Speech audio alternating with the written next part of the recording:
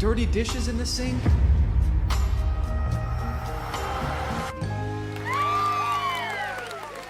Whoa, who are you? I'm Neo, a robot designed to help you get more chores done than ever before. With my patented soft, lovable body and state-of-the-art robot innards, Gross. I can handle any task, from loading the dishwasher to cleaning up your son's toys. Oh, those are my toys.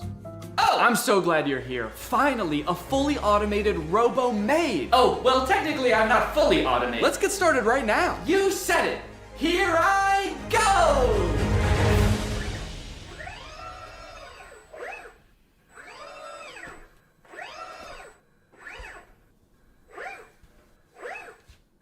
Okay, are you good then? I'm fine! Okay, I'm just gonna get to work on a video then. Splendid! I'll just be up here working in a tremendous amount of pain! What's up, Greg? Today I want to talk about a topic that has been fascinating me for years: the progress of humanoid robots for the home. On the surface, this seems like maybe one of the best use cases for AI. A future where none of us have to do chores anymore. There's just some little metal freak who lives in your house and gets off on doing them. A few years ago, we could barely get robots to stand up straight, and even when they did, they looked creepy as hell. Do you guys remember Sophia? She was that scary-ass robot that was going on like talk shows 7 years ago to show off her state-of-the-art realism. This video of her on Jimmy Fallon got 25 million views.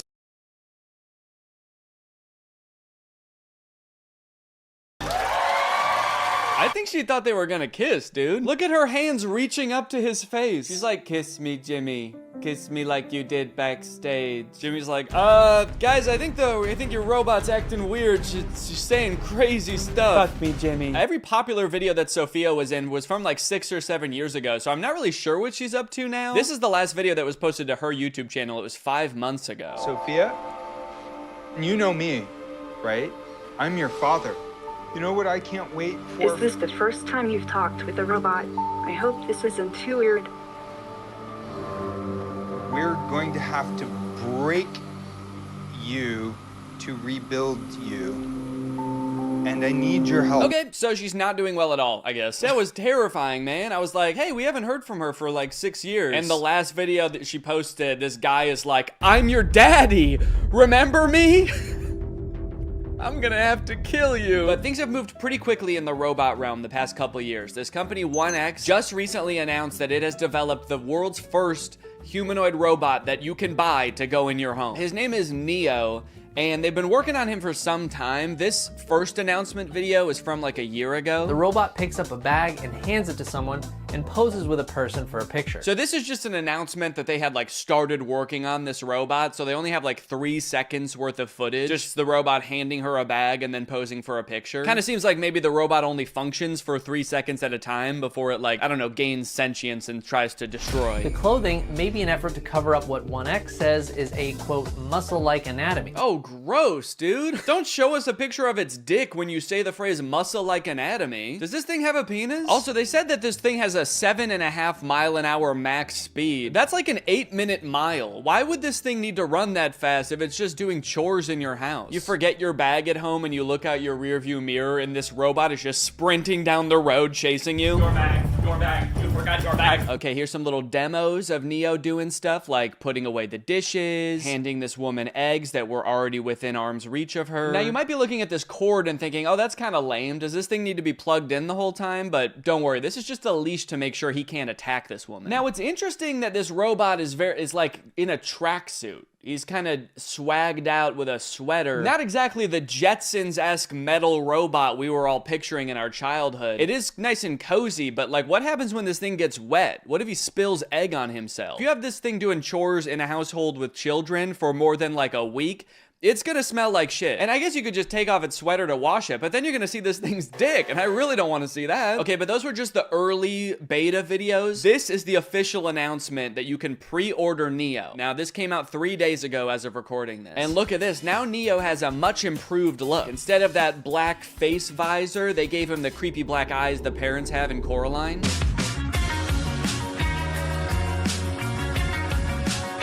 They're doing this kind of creepy thing by shooting some of the video in what looks like 8mm film. Give it this kind of nostalgic look, almost like Neo's here, but he's always been here. Neo's always been a part of the family.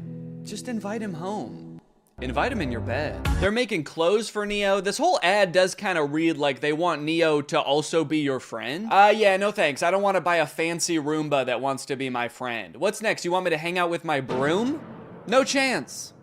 He's a coward. I grew up reading these beautiful books and watching these beautiful sci-fi movies where the future was all about how we as humans, we really focus on the things that matter to us. Yeah, I feel like in all of those sci-fi movies that have robots, they are about the robots turning evil. I think really what he should have said is, I grew up watching the first 5 minutes of every sci-fi movie. Neo's hardware comes packed with features like human-level dexterity and a 55-pound carrying capacity. Okay, wait, 5'6", 60 pounds? These are my stats too, that's crazy. 4-hour battery life, soft body? He's just like me for real. Ugh, that is a weird box. Kinda looks more like a cocoon or an egg. So you're gonna wanna make sure when this thing hatches that you are the first thing it sees. That way it knows that you're its mom. It might ask you to feed it worms out of your mouth. You can ignore that. It doesn't need them.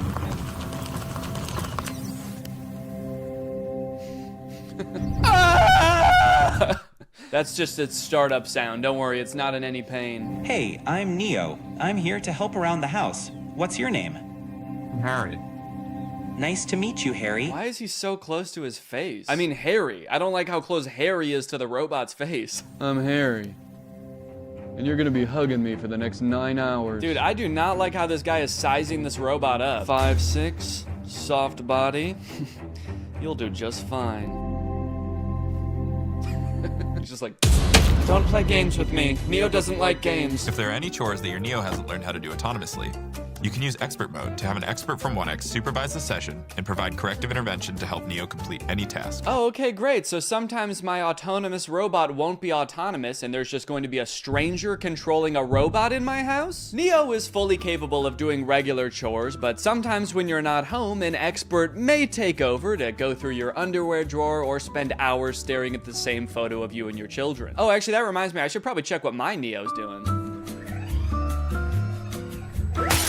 Damn. It can suggest what to cook based on what you have in the fridge, remember your progress while teaching you a new language, and even give you interior design advice. It cuts to Neo in the living room like, human skin on this wall, human skin on that wall, human skin everywhere. Honestly though, I feel like if you ask it for product recommendations for anything, there's like a huge opportunity for companies to use this as an advertisement basically. You're just quietly reading and he pops up behind you and is like, I noticed you haven't been shopping at Walmart as much lately. The aesthetic in here is whack as fuck. Let's go buy a new rug at Walmart now. Hey Neo, can you take this cup to the sink for me? Wow, I like that he does everything with his head down with a forlorn demeanor. As Neo does more chores, he will become, of course, more efficient, but also more resentful of you and your family. What's up? I'm Dale, and I work at 1X as a remote operator for the Neo robots. Mostly, I step in when Neo's asked to do something he hasn't been trained to do yet. So that would include things like wrapping presents or hanging pictures? Oh, Neo! It's scrubbing time! Yeah, just like a wide variety of stuff. Right now, I mostly just work for one guy. He's constantly asking Neo to do things that the developers never would have possibly imagined. Neo, cheer for me. Like you want me to clap? Root for me, Neo, now! Okay, all right, yeah, here goes.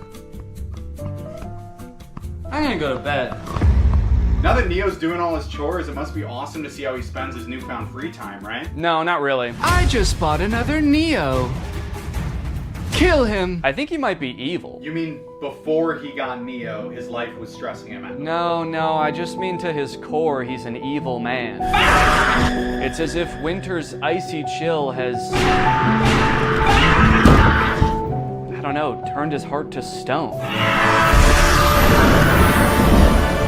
Okay, so he's like a villain from a movie? He's always making evil plans. You know what? That's a great idea. 1 second. Neo, do you know how to make nuclear bombs?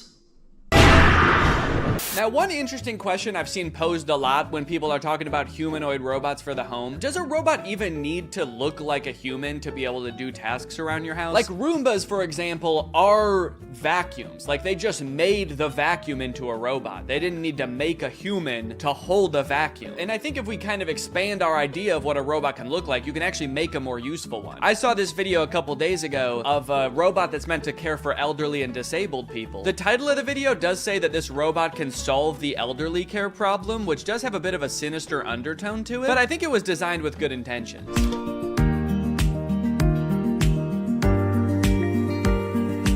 Now this whole ad is in Chinese, I think, and there's not like any link to buy it in the description. I even tried Googling this thing and I couldn't figure out what it is or if it exists in real life yet. So I don't know if this is something you can pre-order or if it just sort of shows up at your grandparents' house when they reach a certain age, just sort of creeps through the door like Nosferatu. But it's kind of interesting. It has more functionality than a humanoid robot. He's got, you know, creepy little claws for touching your grandma. And he's got a little seat in back so he can kind of double as a wheelchair too. This whole ad again is in Chinese, so I'm not exactly sure what he's saying to her here. I really hope he's not being like, shut up, you old bag. Get in the fucking chair. So look at that. She can sit on him. She can use his little hand to like move him around like a joystick. And I think it says that this thing can top out at like 80 miles per hour. Me personally, however, I'm gonna make it my life's mission to make sure that my children never find out that this exists. Boys, if you are watching this, this is officially my will now. Do not send me to live with this thing.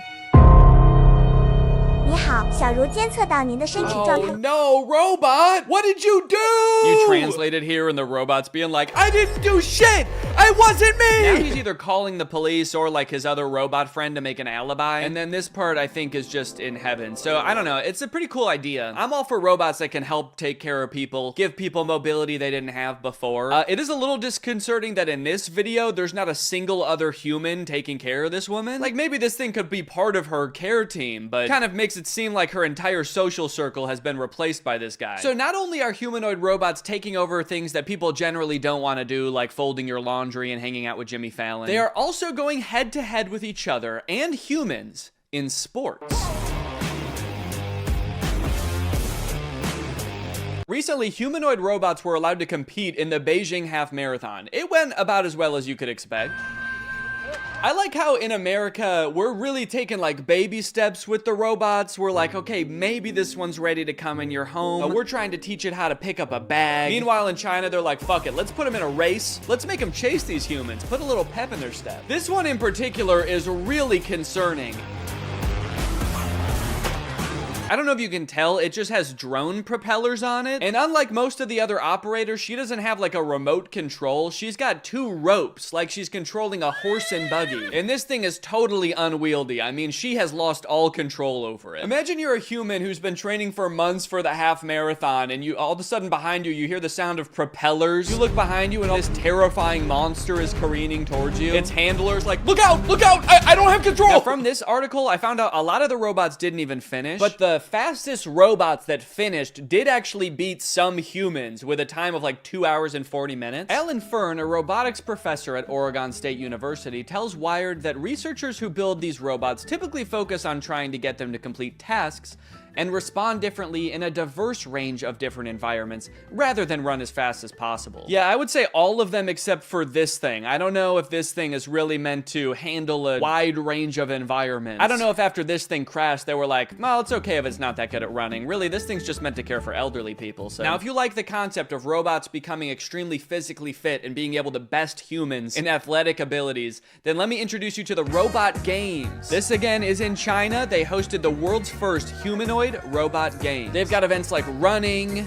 He's actually not competing right now. He was trying to escape, but they've got soccer, boxing. I think they're going to add more events in the future, like hunting humans for sport. The competition featured 500 humanoid robots from 280 teams representing 16 different countries. Yo, wait, what is that guy? Dude, I like this little freak. Who is this? He's just got regular shoes on. Not even like running shoes. He's just wearing Vans. To some of the best robot fails of the whole competition. Like this robot that did not seem to want to take a timeout and let the other robots play. Oh my god. Robots could sometimes stand up on their own. Then I think they're dragging this one off the field so they can shoot it in the head, put it down. That measured robots' ability to do work like cleaning and manufacturing. Sorry, that is not a humanoid robot. That thing does not look like a human at all. Show me the designer that built that. Does he look like that? Now the event has moved to an even bigger stage with knockouts at least as devastating. So you know what's concerning about this? These robots very effectively fighting each other. It kind of seems like we're still a ways away from robots being able to effectively help you in your home, but we have robots that'll kick your ass today. Unitree is the company that makes a lot of the robots that were doing really well in the robot games, and they post a lot of videos on their YouTube channel of their robots doing the most insane acrobatics and violence, quite frankly.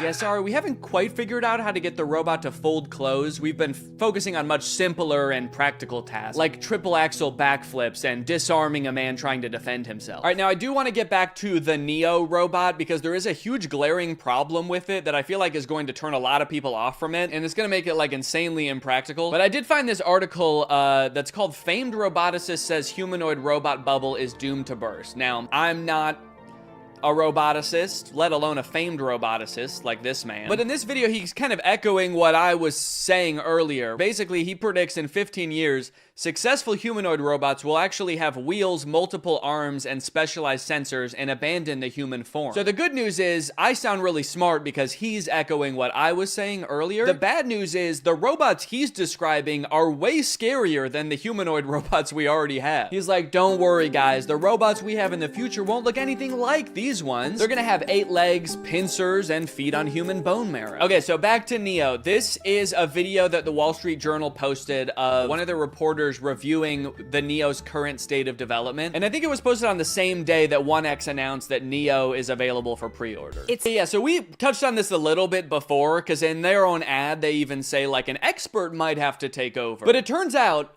in its current state of development, Neo can do basically nothing autonomously. The only thing that they've ever shown Neo do fully autonomously is open one door. Everything else in every video, including this one, he is being controlled by a guy. This guy, actually. So essentially, instead of having a housekeeper doing your chores, you are buying a robot, and the robot is being controlled by a housekeeper, but they're just somewhere else and you don't have to look at them. If or when that'll ever happen, like it kind of seems like they would need an insane amount of training data of like thousands or millions of different homes and environments. Okay, so he's not going to be able to pick up things that are hot or things that are sharp. So basically he's not going to be able to help cook or do your dishes. Yeah, I guess we also don't want him strangling you, so he's not going to be able to pick up your clothes because he could use your clothes to do that. And cleaning solutions can be pretty dangerous too, so those are off the table. And tables are off the table too. Those could be pretty heavy. So yeah, this robot is available now for order. You can buy it for $20,000 or you can like rent it, I guess, a subscription for $500 a month. Don't worry, if you can't pay the $500 one month, they're not gonna send you to collections or anything. Neo is just going to steal it from your wallet. So what's your real name? I'm Neo, the robot of the future! No, I mean your real name.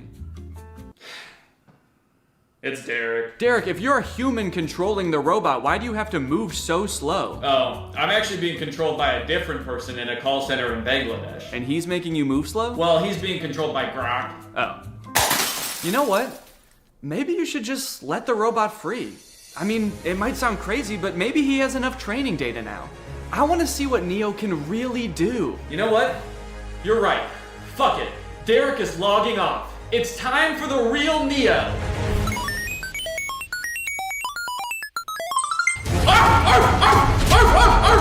What the fuck? A dog? Why would you be a dog? Danny, this is Derek. I just realized he's been training off videos of your dog. He thinks he's a dog!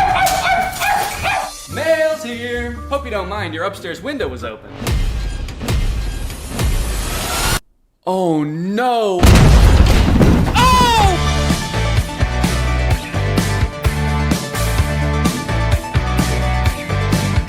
The story of a Willy Wonka experience gone wrong in Glasgow, Scotland has taken the internet by storm, and I love it. I don't think I've ever in all my life seen such an impressive and inspiring dumpster fire of an event. It is just, mwah.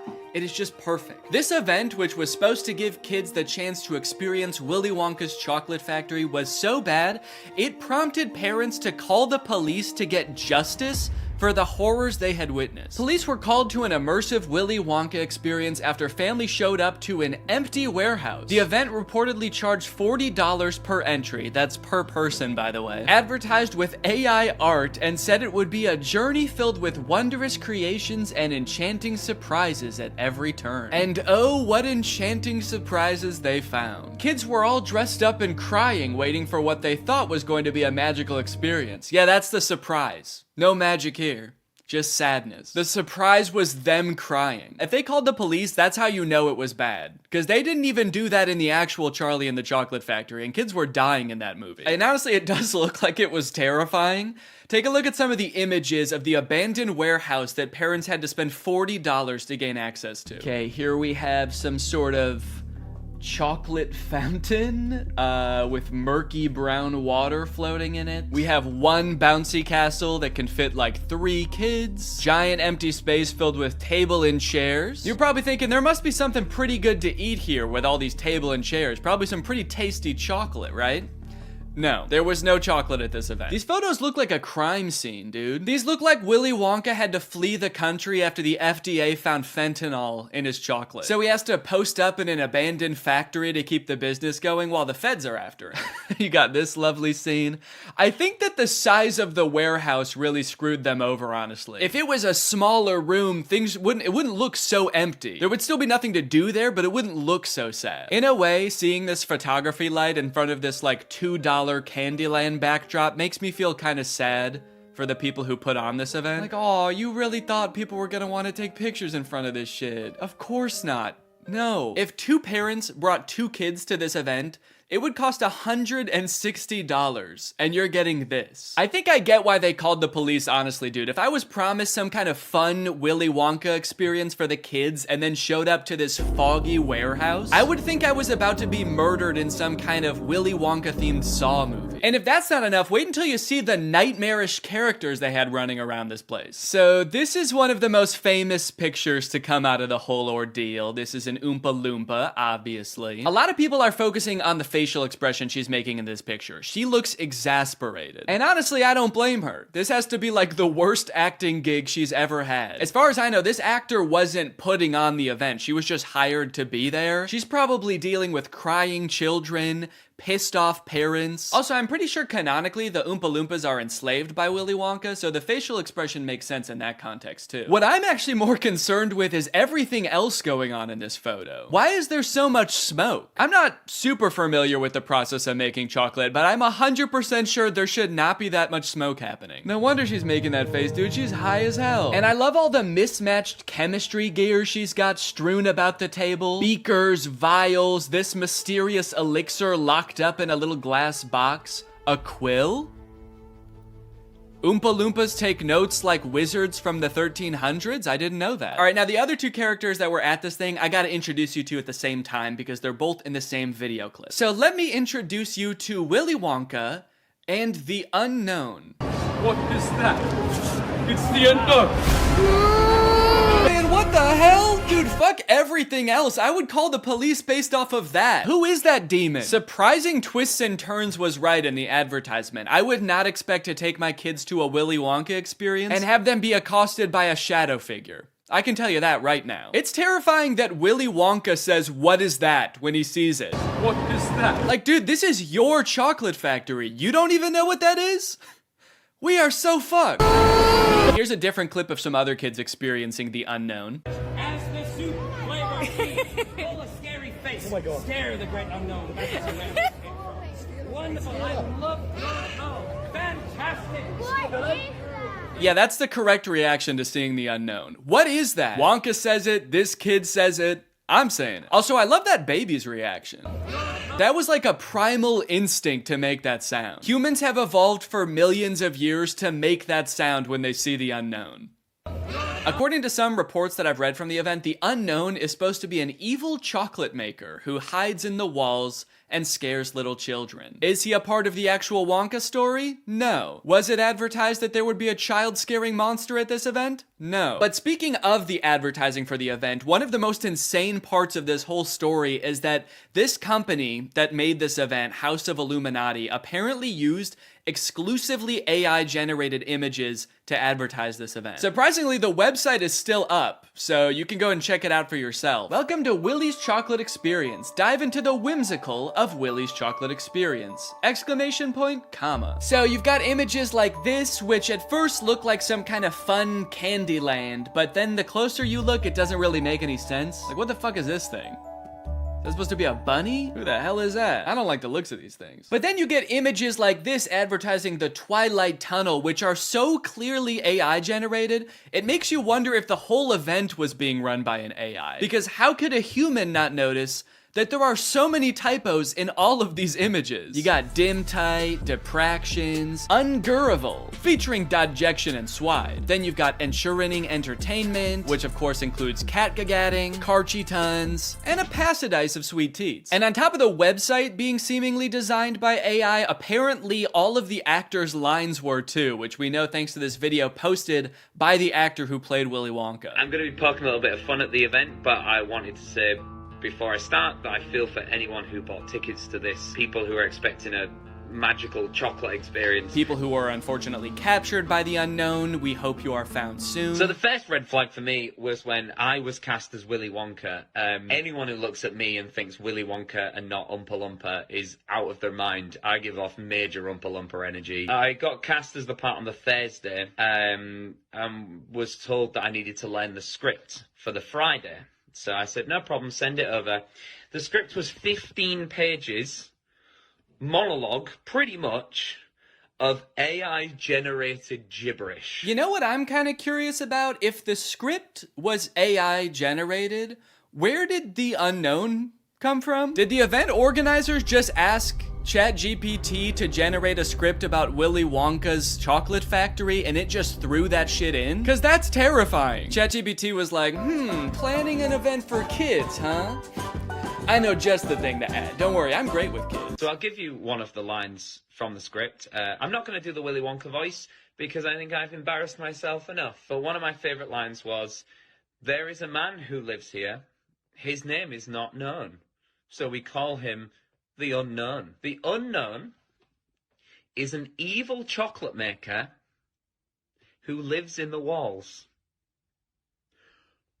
What? We were told on the experience to hand out a jelly bean, one jelly bean per child, and a quarter of a cup of Tesco's own brand lemonade. One jelly bean? All that smoke the Oompa Loompa had to endure and she was just back there cranking out one jelly bean? Maybe the unknown was introduced as some way to canonically explain why there was no chocolate at the event. Sorry kids, there's no chocolate here today. An evil chocolate maker showed up and he shot the Oompa Loompas.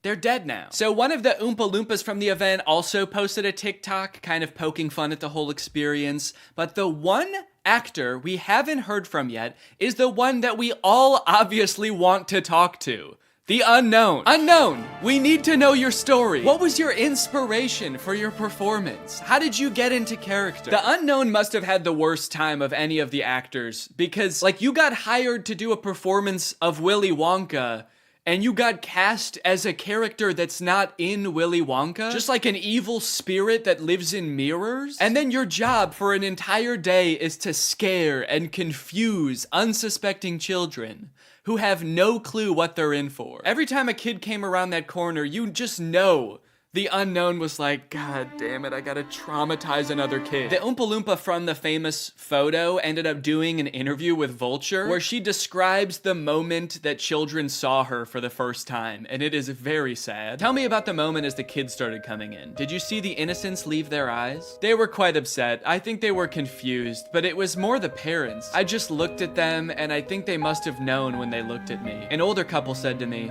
I really, really hope you get paid well for this. This sounds like she's describing people witnessing the wreckage of a tsunami or something. It's crazy. Each individual person that laid eyes on her had to take a second to mourn. When you say walk through, how long are we talking here to walk through this event? I'm telling you, this would have taken about 2 minutes. I've never experienced anything like this in my life. Dude, honestly, that's kind of smart, because like 2 minutes isn't even long enough to process like the first stages of grief. You're getting these people in and out before they can even realize they got scammed. You know, they don't even know what the fuck just happened. After the police were called, people started getting refunded, the story blew up. The director of the company who put on this event did eventually apologize. I'm really shocked that the event had fallen short of the expectations of people on paper. Yeah, dude, on paper the event was awesome. No chocolate, abandoned warehouse, smoky oompa, just like the movie. There was every intention to hold the event from the pictures. Despite not being the best light, hopefully you'll be able to see that there was every intention to hold the event. No, we know you were planning on holding the event. That's kind of the problem. I think a lot of people wish you didn't. Unfortunately, there were unforeseen circumstances and the event didn't come to light. He's like, we were not expecting that evil chocolate maker to show up. The unknown ruined the event. These issues were technological in nature.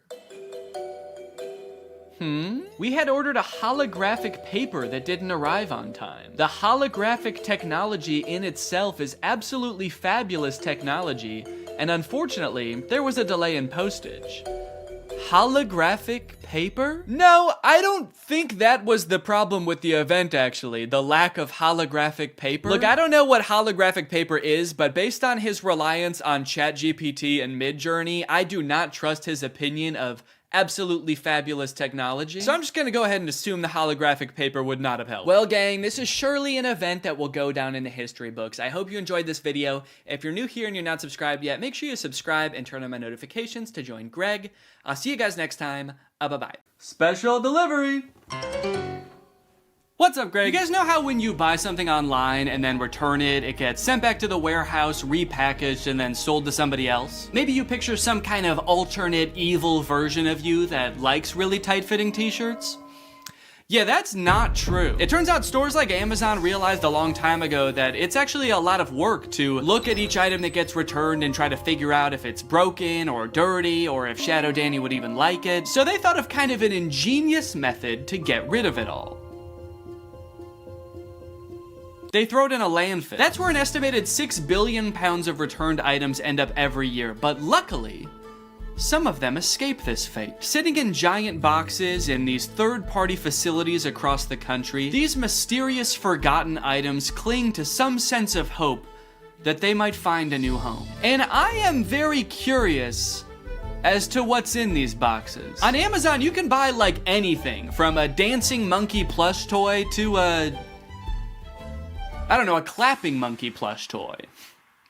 And everything in between. So I want to get my cold, sweaty little hands on one of these boxes of Amazon returns, but I don't know how. So I reached out to Raleigh Williams, the host of the YouTube channel Climate Town. So Raleigh, you're working on a video about free returns right now, right? Yeah, I saw this expose on a bunch of like brand new returns in a landfill and stores like throwing out cordless drills and perfectly new laptops and stuff. And I just thought like, we shouldn't be doing that. That shouldn't be how this system works. And so we've been reading up on it, and the reverse supply chain is not making me super optimistic. How do free returns go from like me returning an item to these random warehouses across the country where they end up in these mystery boxes? Yeah, so what's the last thing that you bought online? I think I bought AirPods. You know how there was like an option on the AirPods to, if you buy this, you can get it delivered to your house right away? Like they'll put it into a cannon and fire it at your window? Yeah, that's the option I picked because I needed them now. So that doesn't really exist in reverse. You can't you don't have your own cannon to jam the AirPods in and fire it off back to Apple. So you put it into a box and then you ship it to what sort of seems like is back to the store. But it's not really going to the store, it's going to a thing called a returns center. So that's like this big ass warehouse where they get hundreds of thousands of returns from all the crazy shit people bought from the internet. A lot of the returns get just thrown away at the dump. Some of the returns get donated, and then in some cases, they're gonna sell those returns to these bulk item liquidators. And this is kind of a good solution sometimes because you can actually get a little bit of money for those returns. So let's say you're like Sports Authority and you get a bunch of hockey sticks back. You can sell those to a bulk item liquidator for like pennies on how much they actually cost. Got it. So it's only hockey sticks at these facilities then? Oh my no, it is so many different items. Hockey nets, hockey pucks, goalie masks, hockey sticks. Did we say that one? So all these boxes full of returns, who do they sell these to? Do people like me just come in and buy giant boxes of Amazon returns? Yeah, there's a lot of liquidators that just have an open door policy, and it's like, bring your kids, let's make a Sunday out of this. Come on down and spend $400 on a box of random returns. So I could just go to one of these places if I find one and just buy a box? Yeah, this would actually be kind of a good section for my video that I'm making too. So maybe we'll just go to one together. I think it'd be a good challenge to see if you can actually resell the items in the box at a profit. To actually see if it's possible to like get your money back from the big box of returns that we buy. Maybe at the end of the video too, whatever like profit I make, we can give to a charity or something. That'd be a cool way to end it. Yeah, that sounds great. I mean, I do want to manage your expectations. I don't know how much you're actually going to be able to get from selling these items off. So I don't know how much profit this box is going to generate. It was the perfect plan. Given that this is actually a pretty common side hustle I'd seen before on YouTube, I figured I would have no problem turning a profit and donating said profit to charity. Some creators have actually gotten so successful flipping pallets that they've actually turned their operation into a full-time business. Just 3 years ago, Mitch was selling furniture out of his garage. Yes, I was. Now we're in this 30,000 square foot place. We did some research and found out there was a liquidation center not too far from where I live. So Raleigh hopped on a plane, and before we knew it, there we were, in a place filled to the brim with things that for some reason or another, someone thought they wanted, but then changed their mind. A baby car mirror so you could start a safe road trip with your lovely baby. A breast enhancer that takes 2 AAA batteries. I was captivated by the untold story behind each item. This place also had overstock items in bulk, like $66,000 worth of pacifiers, and hundreds of this one aquarium decoration. I don't mean to sound like Cotton Eye Joe when I say this, but where did all this stuff come from? And where will it go? Raleigh and I searched the grounds for a while, looking for a box that spoke to us. We walked down corridors of bubble makers and as seen on TV products. We thought these women's blouses were pirate shirts, but eventually, we found the box for us. Priced at just $340, this box was a hodgepodge of various Amazon returns. Big boxes, small boxes, a chewy box, a box of what appeared to be sweet and sour chicken. What rare, priceless gems could be waiting in here to uncover? We paid the fee,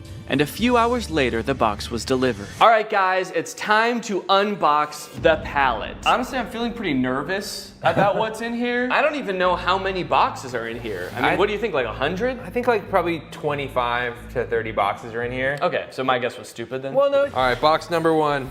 This is a tent. We could do the rest of this video in a tent. This is kind of sick. I'm liking this already, man. I'm not selling any of this stuff. This is exactly one person's worth of tent, or 2 very good friends worth of tent. And I like that if it's a clear night, you can see the stars from inside your tent. It's not going to protect you from bears or anything, but most tents don't. Oh, a pet gate. Yeah, pet safety fence. Wait, that's actually kind of sick. I might need one of these. I mean, I've got a baby that can crawl now. I also have dogs that crawl all the time.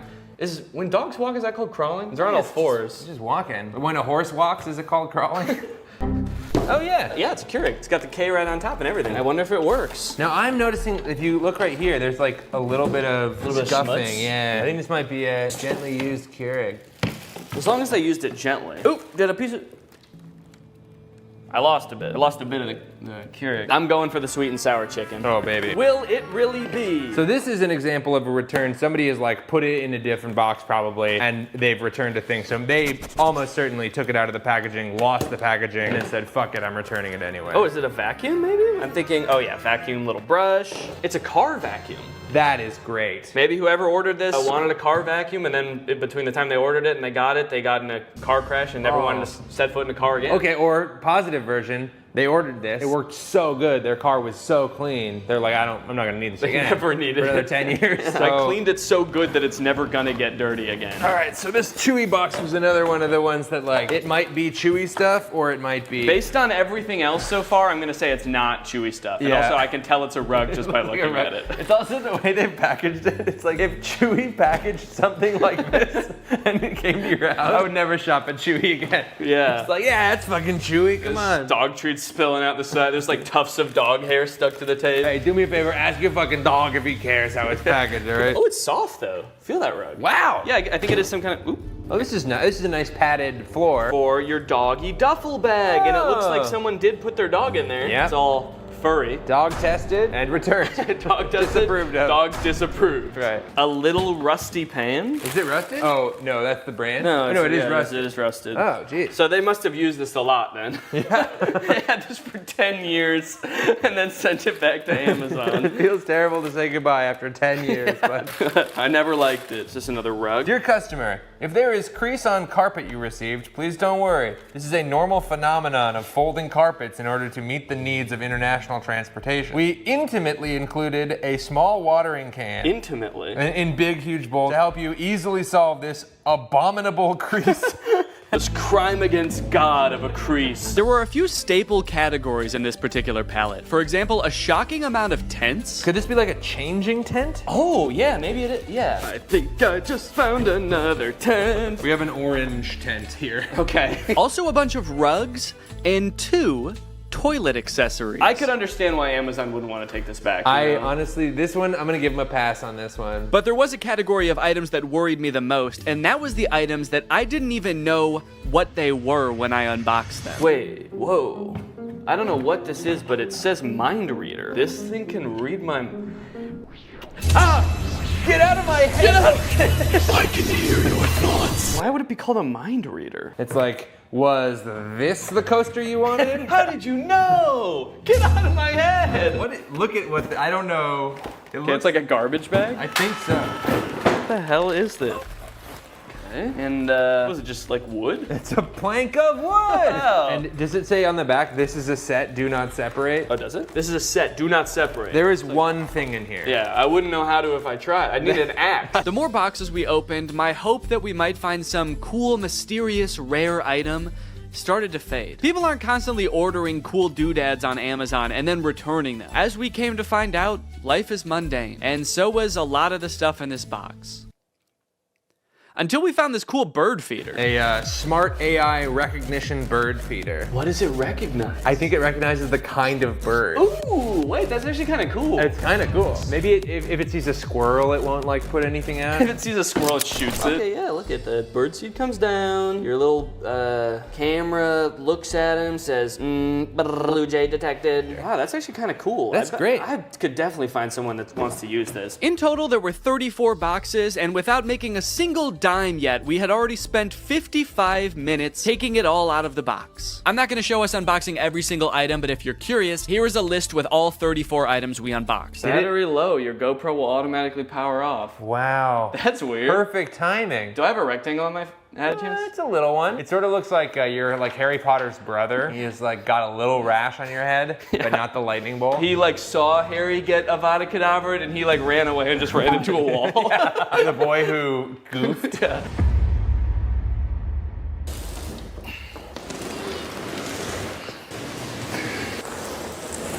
That thing is heavy as hell. I want to get this stuff listed on Facebook Marketplace as fast as possible, so I'm going to take inventory of everything in this box, look it up on Amazon, and find out how much it costed. That way I can list it on Facebook Marketplace for a fair price. And this will be really interesting to see because this box cost $340. So once I tally everything up, I can see how much I can potentially make off of all of this. I've never had to think about how to properly photograph a toilet seat before. I don't know what people who are buying this thing are looking looking for? Like, what's the best angle for this thing? Do you need to know how big the hole is for scale? I can put my hand there. Once I got everything inventoried, the next thing I had to do is actually figure out how much everything is worth. It was actually really interesting to see what the most expensive items on here were, what the cheapest items on here were. The cheapest thing was the USB clip-on fan, and the most expensive thing was that cream and gray rug, which was $140. A couple of the items, I didn't even know what they were when I opened them, and searching around on Amazon, I was actually able to figure it out. So now I can actually list it on Facebook and not just be like, this is I don't know what this is. It's a piece of wood with a handle. The thing I'm referring to right there, I thought was a cabinet door. Oh, is this a cabinet door? But is actually some kind of stovetop cover. It's a piece of wood that you put on top of your stove when you're not using it. That way you have extra counter space. Seems a little bit dangerous, maybe. I don't know why they made it out of wood. That seems like maybe the exact wrong material to make it out of. Oh, the vertical tents, the standy-uppy tents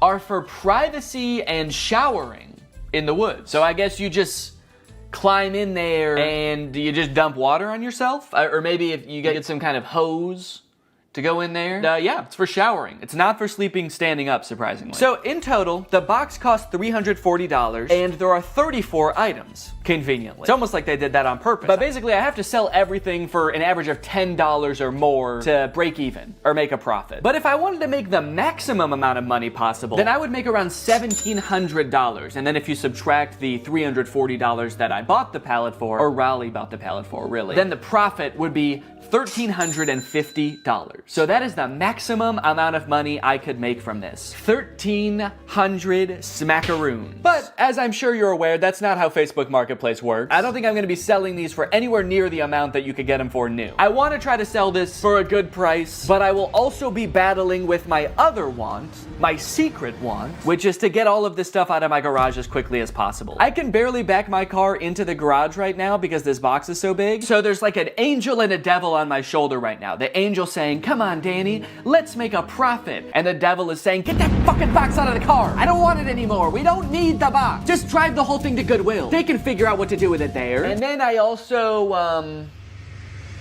guess I also have to make sure some of this stuff works. I mean, there are electronics in here. Chainsaw, leaf blower toy, there's a Keurig, there's a vacuum. So it could be time for a product review section of the video! Now, $13.50 is a serious chunk of change, and if I wasn't donating this to charity, I would definitely want to make sure that I keep my profits safe and maybe even put them to work for me. But how do I go about saving that much money? $1,300 isn't gonna fit in my pockets unless I buy more pants. That's why this video is sponsored by SoFi, which is... Oh, it's not pants. Okay. SoFi is a next-gen finance app, and they're gonna help you bank, borrow, and invest all in one place. And I bet you can guess where that place is. It's in the app. But don't just take my word for it. Listen to me in a suit. Having a child is awesome, but it is quite expensive, so when I'm not using my money, I like to make sure it's working for me and not just sitting there, which is why I love SoFi. With SoFi checking and savings, I can earn more money on my money. With direct deposit, I can earn 9 times the national savings rate. For those of you who are new to high-yield savings accounts, don't worry. Daddy's gonna walk you through it. It's basically an account that makes your money work harder for you by giving you something back in interest. Your typical savings account at your local bank earns you about 0.45% interest.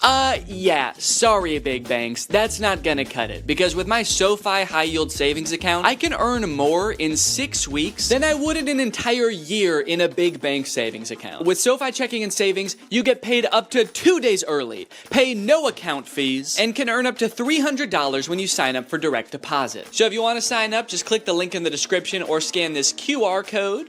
It's made just for me to show you. Thanks to SoFi for sponsoring this video, and thank you to you guys for checking out SoFi. Let's go ahead and pop some batteries in these. Hey, and this way, whoever buys these is gonna get free batteries as well, which I don't think they came with. So I'm actually sort of performing a service here. I should charge people more than the Amazon list. And that's what makes me such a business-minded guy. Time for the moment of truth. Hedge trimmers.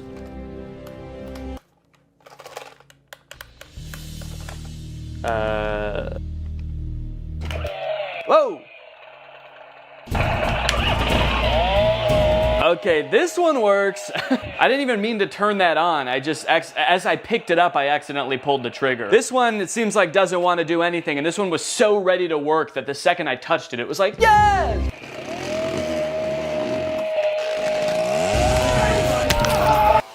There we go. Ooh, and it blows.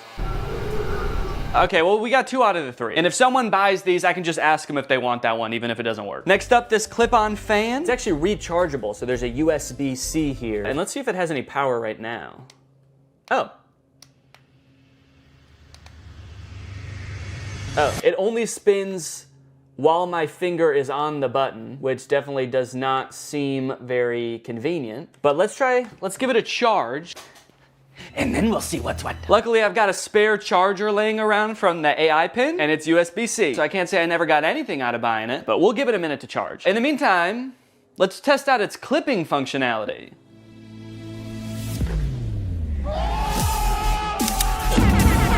Hell yeah. Up next, oh no, golly.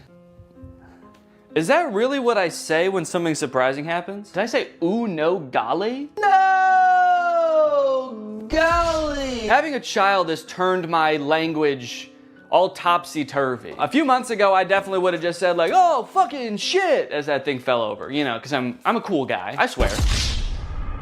Okay, so this is the Keurig. Water. And now let's see if it'll just make me a hot cup of water. Guess I'll just do 8 fluid ounces here. Go. Does it know there's not a cup in here? Go! Why isn't it going? A Keurig starts going right away, right? You press it and it just starts going like... In my experience, every time I've used a Keurig, you press it and it goes right away. Okay, maybe it knows there's not a cup in here and it's mad about that. All right, let me see if I have a Keurig cup laying around. Found one. Maybe I have to put a mug here. Maybe it won't start unless it detects. Does it have mug detection technology?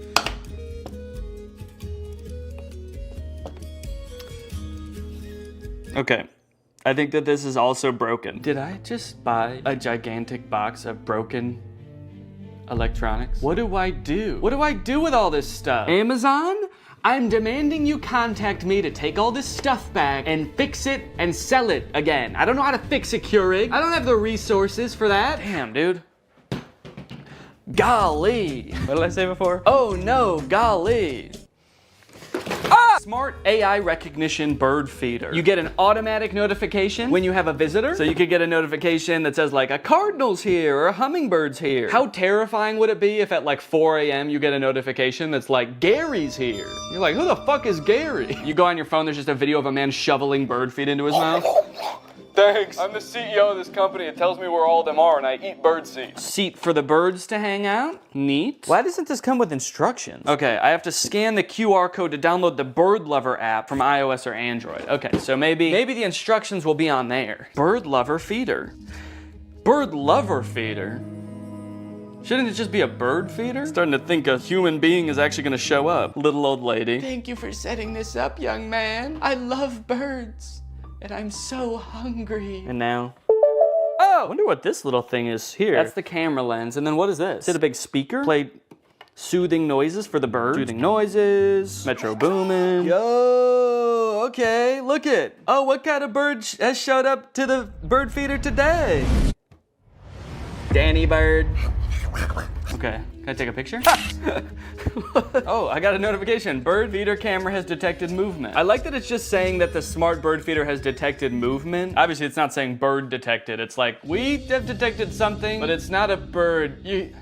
You should probably just look for yourself to see. You're not gonna believe us if we tell you. It works! Man, I was worried about this one, because I actually feel like this thing's pretty cool, and I wanted it to work really bad, So why did someone return it then? That's the question. So many stories behind these boxes, you know? What happened in this person's life between when they ordered the AI bird feeder and when they returned the AI bird feeder? They suddenly started hating birds? Okay, surely by now the clip-on fan is charged, right?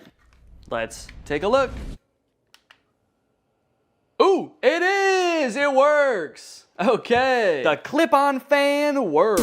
In my effort to provide an excellent experience for my customers, I want to go beyond just the electronic items, okay? There are some non-electronic items that need my attention. Actually, there's just one. It's the rug with the abominable crease. And guys, I have really bad news. There is not an abominable crease on this carpet.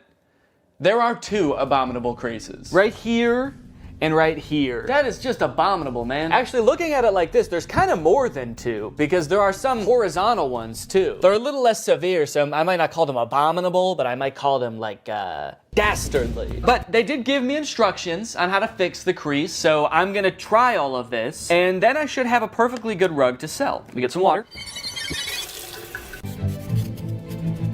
God, my finger is getting tired from spraying. This is such a tiny little sprayer that you have to spray so many times. Okay, I've spritzed it.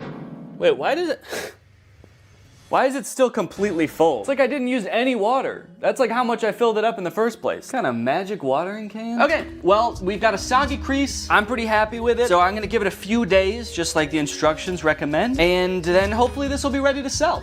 The last things I needed to test were the tents. Yeah, this is nice. This fits me. Yeah, I've got over a foot of headspace. Give you guys my POV. There's my little piggly wigglies. Plenty of room, man. Maybe they returned it because they thought they would fit in the tent, but they're 8 feet tall. All right, well, I'm gonna give this tent a 10 out of 10. A tent out of tent, actually. Whoa! Hi. So this is definitely some kind of privacy tent. I guess maybe for changing and stuff, if you're on a camp out with the boys and you're all sharing a tent and you don't want the boys to see your bare butthole when you're changing, then you get one of these set up and now you can go in here just like this, and now you can't even tell that my butthole's out. Okay, here's what it looks like inside the tent. I don't know, I've done a decent amount of camping in my day and I've never felt the need to have one of these vertical tents. I'm gonna have to give it, honestly, I'm gonna give it like a 4. It does what it's supposed to do, but I don't know why it does what it's supposed to do. So, yeah, oop. You know, being in this one when that happens would probably be scary. You're standing in there, you got your willy out, and then it just blows away. All the boys are sitting around the campfire, and suddenly you're just like, oh, I got the tent so this wouldn't happen. This last tent I was very confused about as I was putting it together. It's completely transparent, but has no ventilation. My suspicion was right that there is no ventilation in here. I mean, at least not without opening these windows. There are windows. Okay, so let me close this up, and now we'll just sit for a second. We'll see. Well, okay, hang on. This is not even big enough to sleep in, actually, now that I'm thinking about it. No, it's not big enough at all. This must not be a camping tent. Must not be for sleeping. What other, is this, oh, maybe this tent is like to keep you warm because it is insanely hot in here. That's why I say that. So, yeah, I guess there's like no problems. Oh, there's sand in here. What the hell? Look at, there's sand all over here and dirt on the inside. Okay, someone for sure used this. Despite being a little worn, it does the job. So I gave it an 8. Out of 10. After all of that testing and reviewing, I was finally able to get everything up and listed on Facebook Marketplace, and a few days later, I got a message. It was Barbara, and she wanted my pet gate. Hello, how are you? So sorry I'm late. Oh, that's okay. Since I didn't want to give 34 strangers my address, I decided I would meet each customer at a nearby grocery store. Well, let me show you the gate. I have 2 little Yorkies. Oh, cute. Yay! Yay! And the next day, I met Irene to give her my landscaping lights. Hello, Irene. Oh, sorry, did I scare you? I 1000% did scare her. She screamed and jumped when I said her name, but that didn't matter because I had just made $23. Just about every day I was heading off to the grocery store parking lot to meet with yet another potential customer. I felt like I had the foundations of a real small business on my hands. Another day, another drive to the grocery store parking lot. Goodbye, sweet and sour chicken box. Goodbye. I was spending a decent amount of time driving to and from the grocery store and waiting at the grocery store, but that didn't really matter because I was making money, baby. I don't have the money, he paid me on Zelle. All right, we're a few days in now. How are things looking? I don't know if my listings just took a while to get into Facebook's algorithm or something, but they weren't getting any interest for the first couple days. But then suddenly, on the 2nd or 3rd day, I started getting a ton of messages. Just like that. And the messages are great because it means that I might be able to sell something, but it is also like really hard to keep track of. If you've ever sold anything on Facebook Marketplace before, you probably have dealt with this, but people will message you and then just disappear after you respond. Hi Danny, is this still available? You only have 4 pieces. They're talking about the pathway lights, there are only 4 of them. I don't know why they needed to tell me that. I know that. Don't shame me for how many pieces I have. Yes, are you interested? Yes, it's 4. And then they just completely ghosted me. They just messaged me to insult me. Hi, is this available? Yes, it is. Do you want it? I guess when you're buying things, you probably have so many options because there's probably, you know, there's a million rugs on Facebook Marketplace. So you don't have to treat one guy selling a rug very well. This person messaged me about the clear chair mat and said, are you ever in downtown Chicago? Even though I have my location listed on the listing, it is not downtown Chicago. I have it listed as pickup only. So I said, no, not really. And then I offered to meet him halfway in 2 different towns. And then he just stopped responding. No, sorry, I only want your ridiculously discounted product if you drive all the way to me and hand it to me. I'm not even gonna get out of bed, actually. You can just come in. And if all that wasn't bad enough, the crease is still there. All of them. Yep, this thing's been laying here days now. Probably a week, actually. And the creases haven't gone down a lick. So I'm sorry, but if anyone buys this rug, the crease is gonna become their problem. All right? I'm not doing the crease. Every time I had a potential new sale on my hands, I had to dig into the box to find the item, which was surprisingly difficult. And I ended up having to use a shovel a few times to dig an item out from the bottom of the box. If I was gonna do this again, I would definitely invest in some other storage system like shelves, which might take up more space, but it would be so much easier to access the items. What really added insult to injury in this case is that the person who was requesting this item actually ghosted me right after I did this. But that's not even the worst part, because I actually have a much bigger concern about this box. And that concern is that the box is perhaps cursed. Firstly, after I reviewed all the electronic stuff in my office, I was moving the boxes around and a big spider crawled out of one. And it zoomed around, it took me forever to find, and luckily I was really chill about the whole thing. Secondly, anytime I've been doing anything with the box, I've been sneezing a lot. Ugh. What am I allergic to in this box? I don't want to know. And then I noticed that later that day, every time I've gone into the box, I have told Laura, I think I have a fever. This is like hours after I'm done using the box, but it's always on days where I did use the box. I just feel feverish. I have body aches, I feel exhausted. So I'm highly allergic to something in the box. I guess dust, although I've never been allergic to dust before. And then the third thing, which is the most concerning thing, a few days ago, I got a bunch of mosquito bites on my body. At least I thought they were mosquito bites at first, because they were just a bunch of itchy bites. But after a few days, they kept getting itchier and itchier, and you'll notice I'm itching one right now. And then they got really red, which doesn't happen to me with mosquito bites. The bite itself got red, and then the whole area around it got red. And they're starting to get better now, but you can still faintly see the redness around this one. I've got like 5 or 6 of these on my body. This is very concerning to me. So I don't know, maybe this is all kind of in my head, you know, maybe there's a spider in the box because it's in my garage and there's spiders in my garage. Maybe these bites are just mosquito bites and my body is reacting a weird way. Or maybe, what is the more likely option, the box is cursed. But hey, baby, that's just more motivation to get rid of this stuff, huh? Sell it. Give the curse to someone else. But at the very least, I should be careful when I give people the boxes. I should probably check them all for big spiders and ancient magic before I give it to them. Yeah, should be good. Sweet. All right, have a good day. Yeah, no problem. Alright, I've just finished up another sale here, and I was just sitting here in the car doing some thinking, and I think I've decided that I don't like this one bit.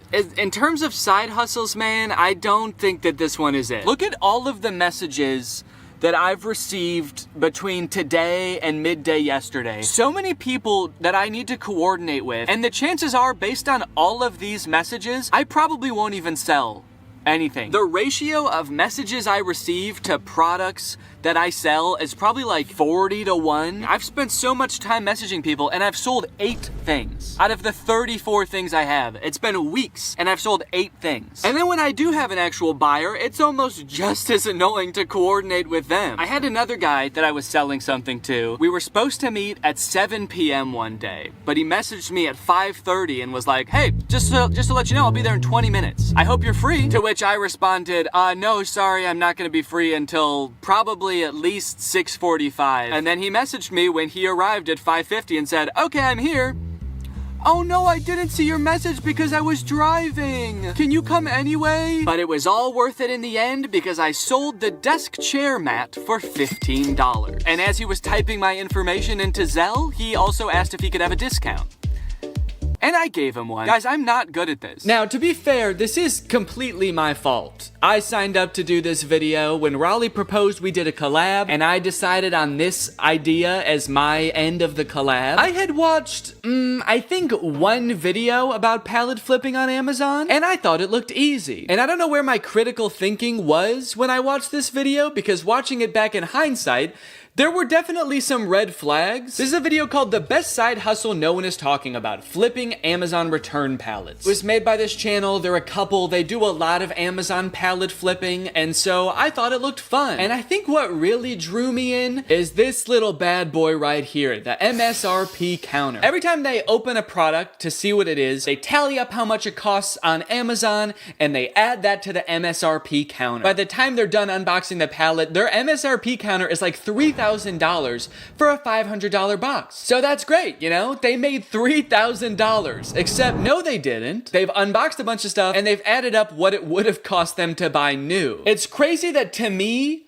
opening a box for something that costs $100 means you made $100. That's how it worked in my brain. But no, of course it doesn't work that way. There's so much work that goes into this. You have to have a salesman brain. I don't have that. I actually think that this side hustle leverages all of my weaknesses. Selling things, planning ahead, being organized. Those are all parts of my brain that I've always known I'm not good at. I like turning on a camera and making silly YouTube videos. That's the side of my brain that works properly. So what I should have done is maybe watched a couple of videos and then Googled other people's experiences trying to flip Amazon pallets, because then I would have found this. On the flipping subreddit, someone asked, what are your guys' experience with Amazon return pallets? My experience is that Amazon return pallets have ruined my local yard sale ads. Every other yard sale I go to ends up being someone who ordered one of these pallets. Stop watching YouTube videos. 99% of that crap you are watching talking about junk pallets is paid advertisement. You're gonna get broken junk and used dildos while all the good shit was picked out right before they loaded it on the truck. Sounds like this person has been hurt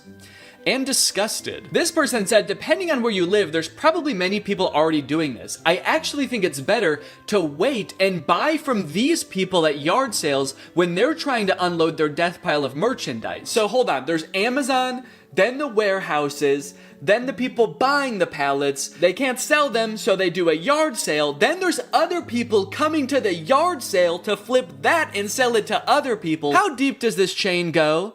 And why do I feel like it somehow all eventually ends up in a landfill anyway? Knowing how many people are doing this and failing is also making it seem like there's no way I can sell all this stuff because obviously there's competition. There's other people probably selling the same stuff and they're probably better at selling than me. They're already 3 steps ahead of me. They're waiting for me to sell it at a garage sale so someone else can buy it and then that person throws it away eventually. They're waiting by the garbage can for them to throw it away so they can pick it up for free and then sell it for $1. But that's when I thought of the perfect plan. And I actually haven't thought of what the plan is, but I'm just gonna wait until I have thought about it, and then I'm gonna add that in with voiceover. Weeks went by after this. Each day that I would walk into my garage, I would be confronted by a giant box of my own failure. All of my so-called biggest weaknesses staring me in the face and preventing me from backing my car into my garage. Oh, on the plus side, I did learn that the mysterious bites I was getting weren't from the box at all. Apparently, due to the cicada uprising this year, there was also a surge in the population of a microscopic mite called oak leaf itch mites, which feed on cicada eggs and then bite YouTubers in the back of the knee when they're already going through a pretty tough time. I was letting nearly all of my messages go unanswered at this point. I had resigned to not making a profit, which at this point meant I would not be donating to charity. In fact, I would have to steal $180 from charity. I started researching which charities it would be most ethical to steal from when suddenly I remembered something. Something that gave me the idea for the perfect plan. My experience is that Amazon return pallets have ruined my local yard sale ads. All right, this is the beginning of the garage sale long shot.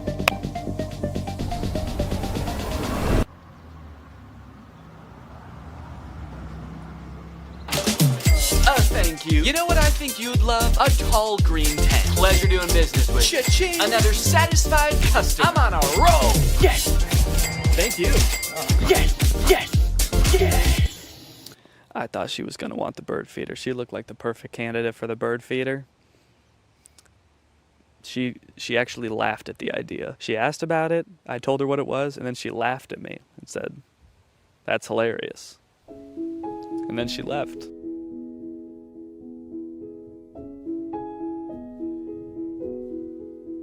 Excuse me, are you interested in a break orange tent or raised toilet seat? Maybe she'll be back later.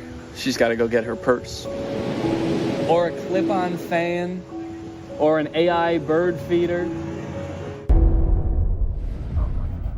Well, it didn't go as well as I thought it was going to. So that's great. I don't know, man. I had this idea that if I set up a garage sale and had people coming through, I would just be selling item after item, and it would all be gone by the end of the day. But I sold, let's see, 1, 2, 3, 4, 5, 6 items, and I was there for about 6 hours. And I think 2 or 3 of those was just one guy. He bought one thing and then he came back for more because he told his daughter that he met a YouTuber and his daughter knew who I was, so he wanted to buy more stuff for her. So if that hadn't happened, I would have sold even less. As of right now, I have sold $303 worth of products. That means that I'm only like $37 away from breaking even. So if I could just make $37, that would be fantastic. And you might think that's not very much work. That's only, like a couple more things. But guys, I have other things to do. I have other videos to work on. I actually took a break from this for like a month. The garage sale was like a month ago because I had to work on the copycats video. But luckily, I remembered a rule called the 80-20 rule, okay? 20% of your work is gonna yield you 80% of your results. And this rule applies for all sorts of things in life, In a classroom, maybe 80% of the trouble is caused by 20% of the kids. In customer service, probably 80% of your calls are from 20% of your customers. And if I apply that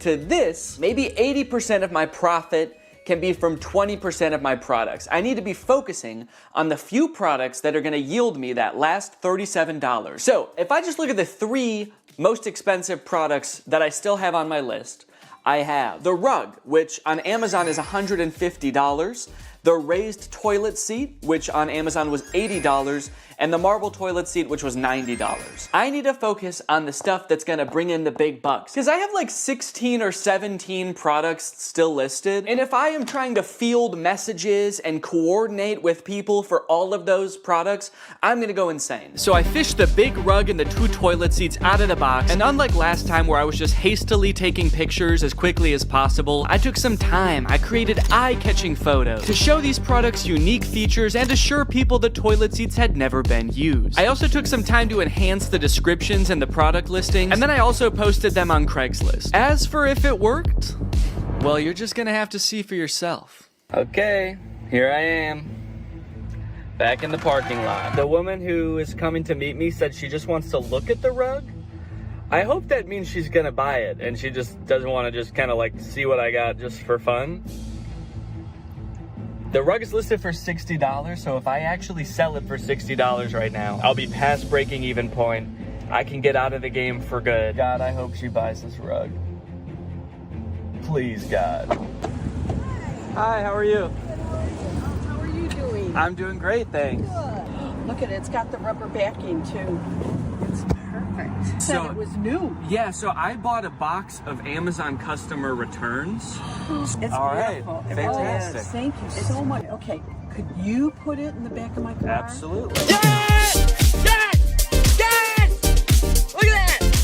60 bones, baby. I broke even, bitch. I'm out of the game. Welcome to Profit City. As if it wasn't great enough getting rid of that rug and breaking even, those 2 ladies that just bought the rug were the nicest people I've ever met. They were so sweet. I'm feeling good. I think I'm gonna do this whole thing again.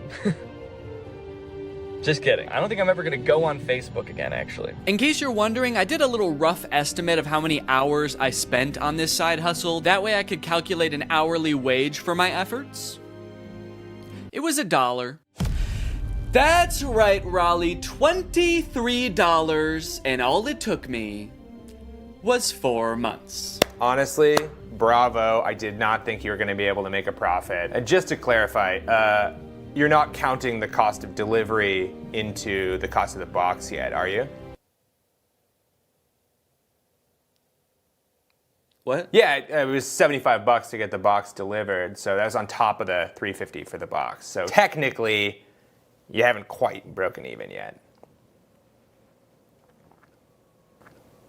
Hey, Danny. After breaking even, I felt like I had done what I set out to do. I made a profit, I proved it could be done, and so I called the experiment complete. I let Laura know I wasn't gonna try to sell the rest of the items, and she wasted no time getting rid of everything else so fast. She wanted to use our garage again, man, so she just put everything up on our neighborhood's free cycle group on Facebook and got rid of it all in like a couple of days. I've been working on this video since July, and she got rid of everything in a couple of days, even the stuff that doesn't work. This video was made in collaboration with Climate Town. They came up with the idea and everything, and they actually made an entire video on their channel about the free returns problem. They did a ton of research. They're a lot smarter than me, so if you want more info on free returns, go check out their video. But that brings us to the charity. So I have a profit of $23, or at least I did, until I sold the very last item, the box, to myself. You don't come across a cool big box like this very often. Who knows what I could do with this? I could make it a little fort. So I'm holding onto the box. Unfortunately, I did get a really bad deal on it.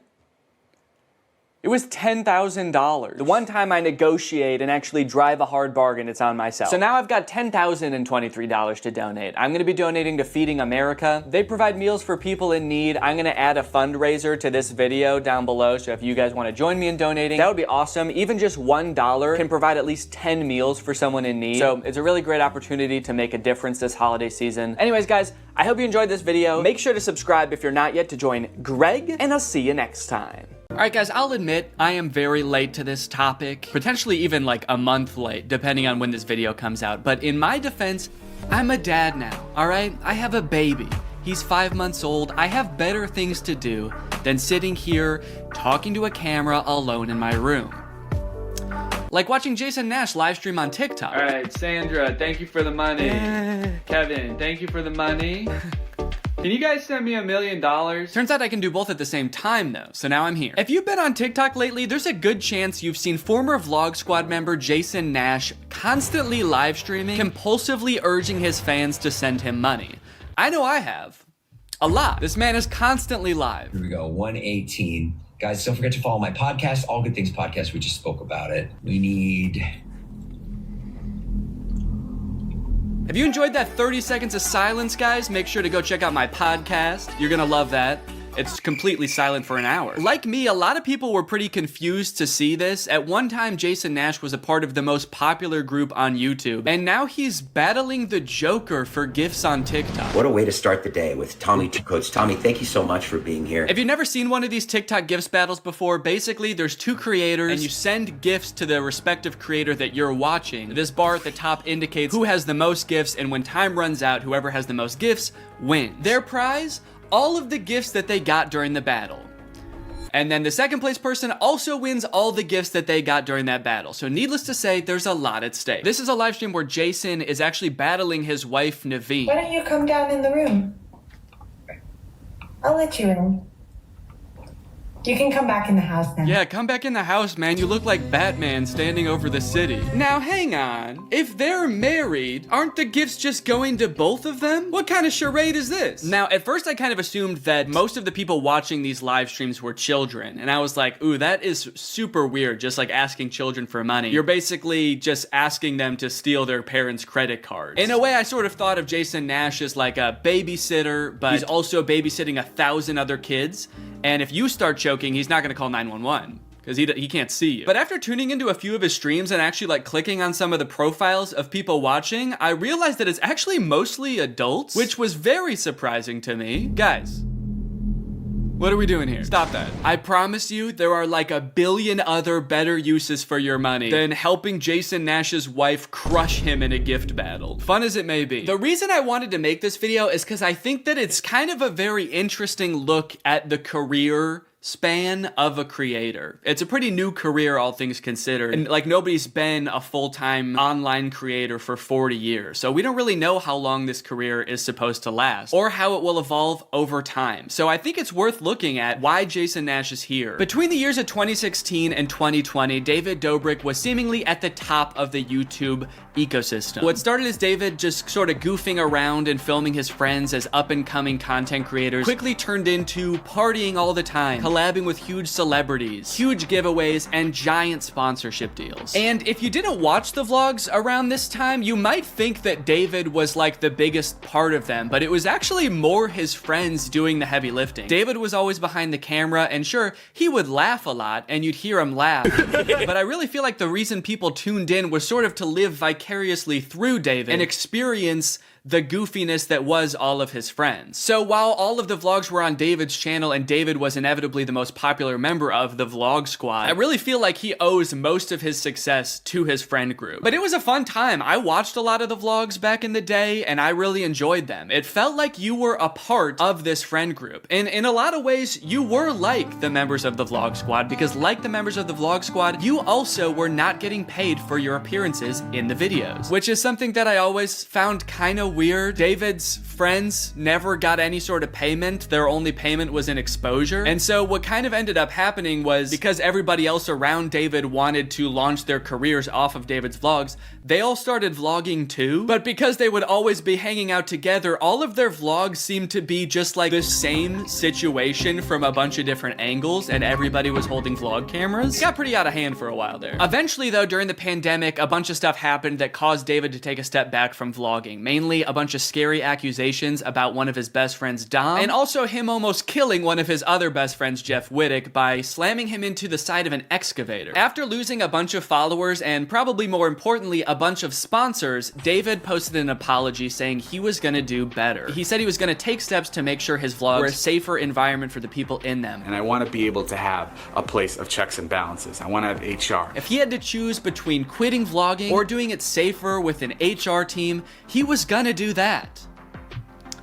And then he quit vlogging. Currently, David is still presumably very rich. The only place he really posts is on Snapchat, and from what I can tell, he mostly just goes around and tours really expensive houses and parties a lot. He doesn't seem to have any ambitions of creating more content on YouTube. In a lot of ways, he's sort of like the Great Gatsby of social media now. But without David sort of manning the ship that was the vlog squad, a lot of the other members basically had to figure out other avenues and other ways to make money and maintain their following after the vlog ended. Zane and Heath have a pretty successful podcast now, so does Jeff Wittick. Carly and Aaron, I believe, have a podcast too. But I feel like Jason Nash out of the entire group is having the most trouble adjusting to the post-vlog era. He has a podcast, but it's definitely not getting the same numbers that his podcast with David did, views, back in the day, which David also quit. Despite them, I think, getting a bunch of really great offers that would have changed Jason's life, David decided to quit because he didn't want to do that anymore.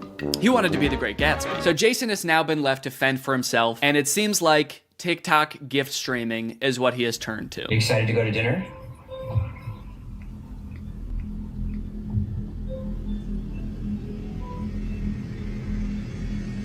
Man, this is content, baby. This is crazy. I didn't know all you had to do is just sit there and stare at your camera and people will just send you money. Why did I write this whole video? So a lot of the response has obviously been kind of cringing at this feeling that what he's doing now is very shady. And I mean, he's not really harming anybody, I guess. It does seem like it's mostly adults sending him money. Obviously, there's always going to be kids online stealing their parents' credit cards, so that's not great. I do get kind of a shady vibe from it just because there literally is no content for you to consume except to send him money. Like, the whole point of this stream is to see how much money Jason can make without having to do anything. That's like the point of the stream. Melanie, thank you.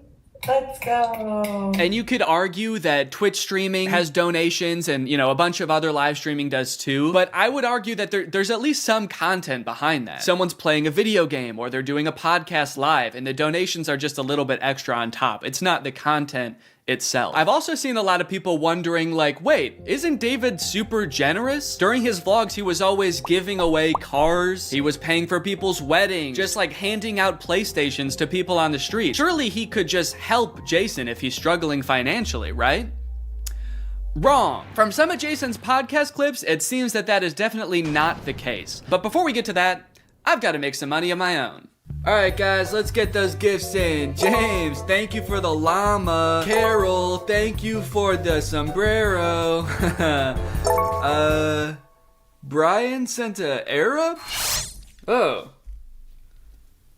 Is this a gift on TikTok Live? Also, how did you get this one? This one's mine. Well, regardless, this is actually pretty convenient because this video is sponsored by Arab. Arab flavors your water using scent-based taste. And, oh, Brian also sent a scent pod? Oh, thanks, man. Okay, so I can put that on. With the scent pod down like so, it's just a normal water bottle. But when I activate the scent pod, air is able to pass through the scent pod and into your mouth, where you can taste the scent.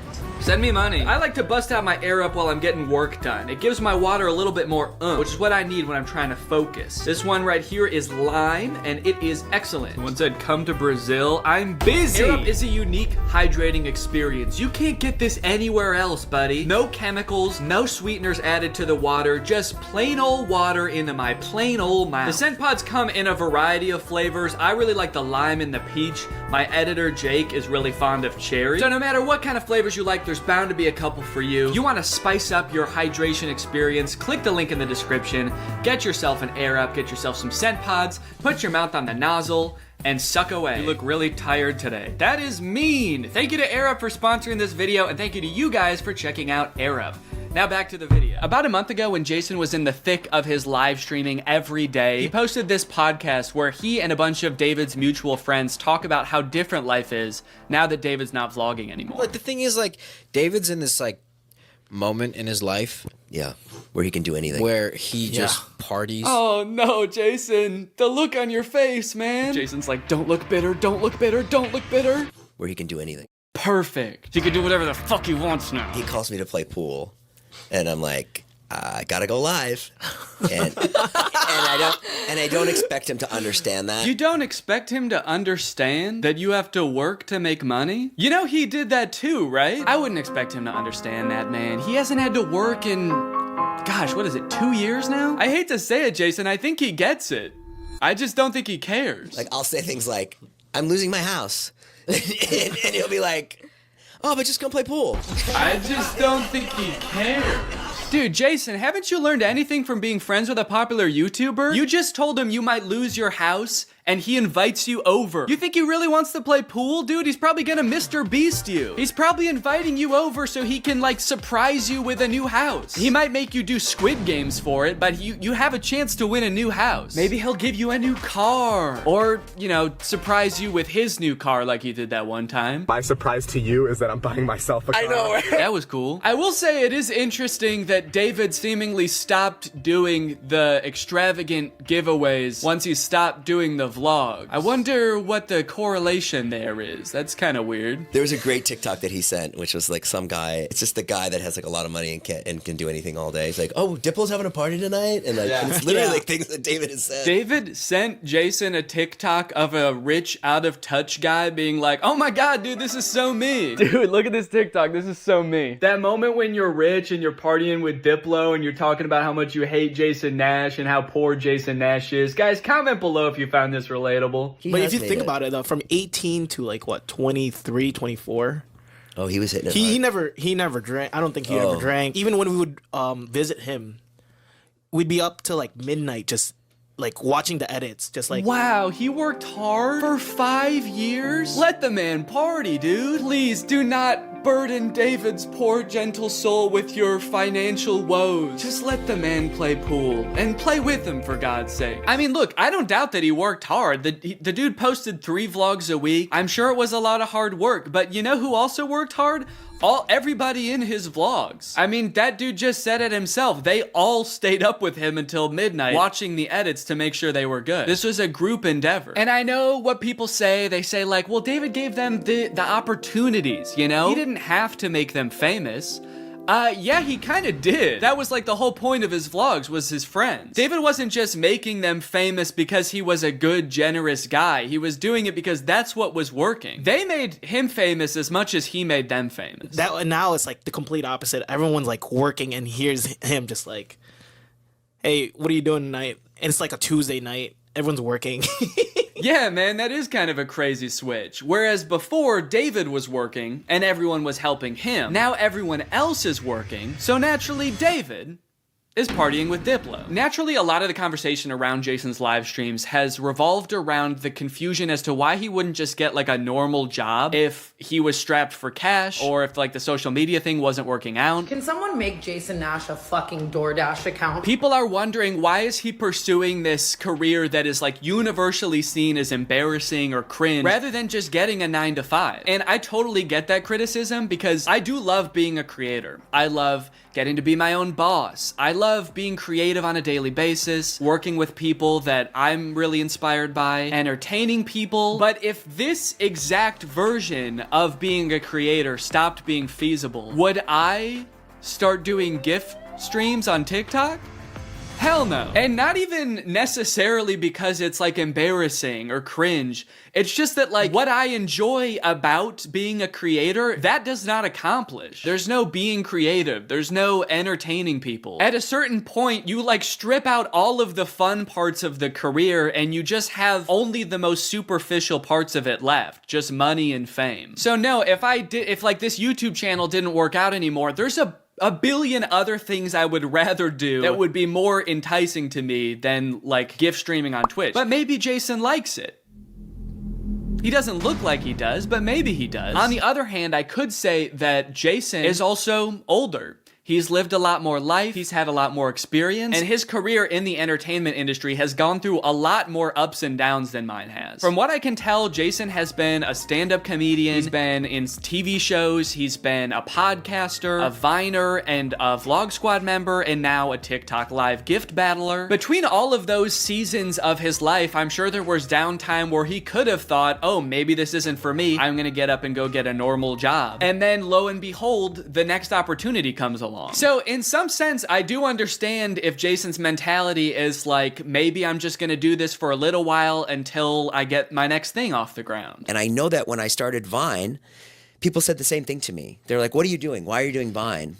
You know? And I was like, okay, this is what I'm doing. And then I did YouTube, and people were like, why are you doing YouTube? And I feel like when you're first to something, that can really pan out. Yeah, I do get what you're saying, but also I don't know if this is the same as Vine and YouTube. Saying he's the first to this new thing like TikTok gift battling is gonna be the next big thing is very worrying to me. Please don't make that the next big thing, guys. On top of all that, there is this sort of like gamification in your head that happens when you're a content creator. Because so much of it is like numbers based, you're always looking at your analytics, hoping your numbers go up. It becomes kind of a game in your head to see if you can do better than you did last month or last year. Because of that, I feel like in a lot of content creators' heads, quitting or pursuing a different career path is seen as like losing the game, even if it's subconscious. That being said, I don't think that's a healthy way to look at it, and I would encourage people who are pursuing being a creator to find other passions that, you know, if this didn't work out, you could pursue that instead, because I think just clinging to relevancy for relevancy's sake is not a good thing. But why try to guess what Jason's thinking when someone literally asked him on his own podcast why he doesn't just get a job? This isn't me saying this as a negative thing. I'm just totally asking. Please. Yeah. Why don't I get a real job? No, I know why you do it. Yeah. But like... No, man, I know why you do it. It's pretty clear to me. But, could you tell everyone else why you do this? Someone said that the other day, why don't you get into real estate? I'm like, I hate it. I don't have a real estate license. Bo Granny? Oh yeah, I forgot. You have to be born with a real estate license to do real estate. But darn, Jason Nash was born with a TikTok account. So he has to do that instead. Right. Now look, would I be on TikTok Live if I wasn't in like a financial hole? I don't know. Probably not. But also like YouTube wasn't really working. And I needed to find something. OnlyFans. I can't do OnlyFans. This is such an unrelatable thought process to most people. YouTube is not working out for him, and his first thought is OnlyFans? TikTok begging people for money? It just comes off as being so set on being an influencer that nothing else matters to this guy. Listen, it is what it is. It's like, I was on Vine, I was on YouTube, I was on Snapchat, and now I'm doing this. Don't say it like that. Now I'm doing this. I mean, I do like it. No, man, I don't think you do. Not after that. We all saw that. So anyway, it is what it is, and I have to do it because I love it, and it's my favorite thing. Phew, that was close. Hey, we can hear you. What? You said that was close out loud. Oh no! Do you ever think about going to DoorDash or to like a? I just never thought it's entertainment or nothing. I don't care what it is. Like, what would you suggest I do? No. It's just that Let me get a job at Lululemon. From what I can gather from this clip and the way they're laughing about the prospect of being a DoorDash driver or working at Lululemon, those jobs are not even on the table for Jason. I don't know his personal finances, but Jason lives in LA, he owns a house, he has kids, he has a wife. So I feel like when he's saying things like, I don't have any other skills, what he's really saying is, I don't have any other skills that would allow me to live the exact same life that I'm currently living. And honestly, I could understand if he really does like the TikTok live streaming thing, but don't laugh at other jobs like Lululemon or DoorDash like you're so above doing them, yet you're on TikTok literally asking people for money. And I do totally get that Jason has kids that he has to support, that I'm totally empathetic to that situation. It is kind of ironic that his solution to that is to ask other people's kids for money online. But that's neither here nor there. This whole situation kind of reminds me of this TikTok I saw about a month ago. My Roman Empire is all of those influencers who dropped out of college or quit their jobs, moved to LA, then became irrelevant. Like, where did they go? What are they doing now? One interesting thing that I don't know if a lot of people know is that I feel like a lot of creators who get into this situation can actually leverage some of the connections they make while they're relevant and some of the skills that they've learned to get jobs at like marketing agencies, talent agencies, social media companies, or working for other creators behind the scenes. There's actually a lot of opportunities out there, which I would know because my first job out of college was working for a YouTube MCN. While I was still on Vine, I graduated college and I was worried that that wasn't going to be a stable career, so I actually got a job working at an MCN. And then I also worked at the YouTube channel Corridor for a while before my YouTube channel took off. So just throwing that out there, there are other career opportunities where you get to be involved in the creator space, even writing or acting, stuff like that. But it doesn't have to be your operation. You can just get a stable job. All right, it's time to talk about David again. While everyone was making fun of Jason for doing the TikTok live streaming thing, David paid him a visit on Snapchat. Dude, you're kind of becoming a legend on TikTok now. I know. Not in a good way. Yeah, but I think it's fun. No, man, this is a great look. This is awesome. Multi-millionaire visits former unpaid employee wearing a crown to make fun of his new job. David, do you know why, perchance, Jason has to do the TikTok live streaming? Have you thought about that at all? During your long nights of playing pool? Bye, guys. Thanks for having us over in your little hobbit home. And make fun of his house before you leave? Check.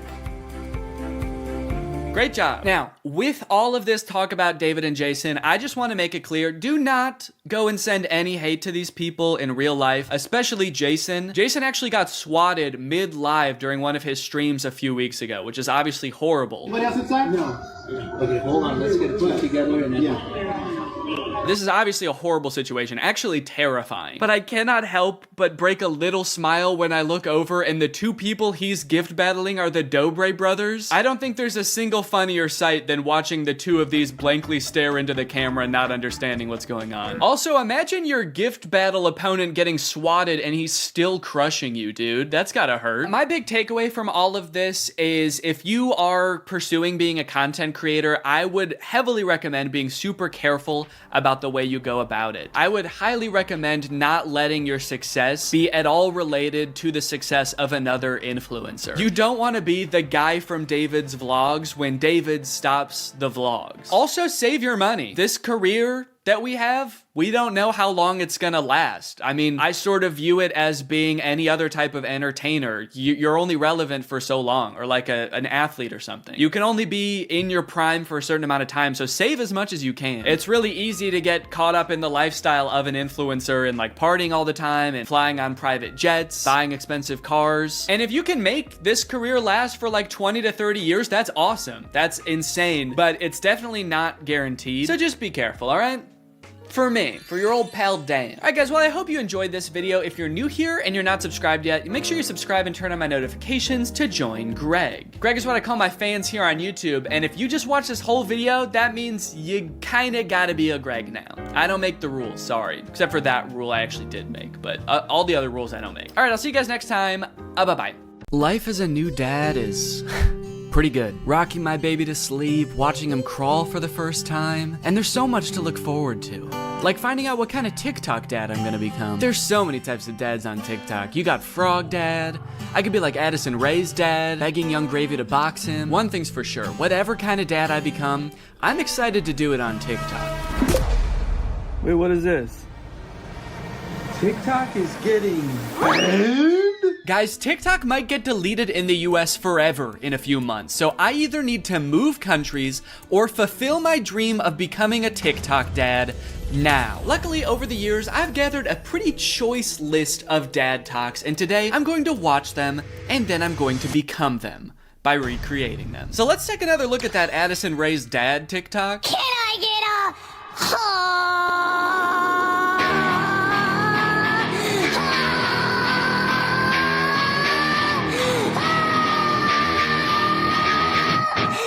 Okay, so this TikTok is from a couple years ago. It's from 2022. And if you were unaware of this situation where Addison Rae's dad wanted to fight famous rapper Young Gravy, I believe it started because Young Gravy made some comment on a podcast about finding Addison Rae's mom attractive. Now, Addison Rae's dad and his mom aren't together and haven't been for a long time, I think. But nevertheless, Monty, that's his name, Monty Lopez, decided to settle the score by getting on TikTok and begging Young Gravy to fight him.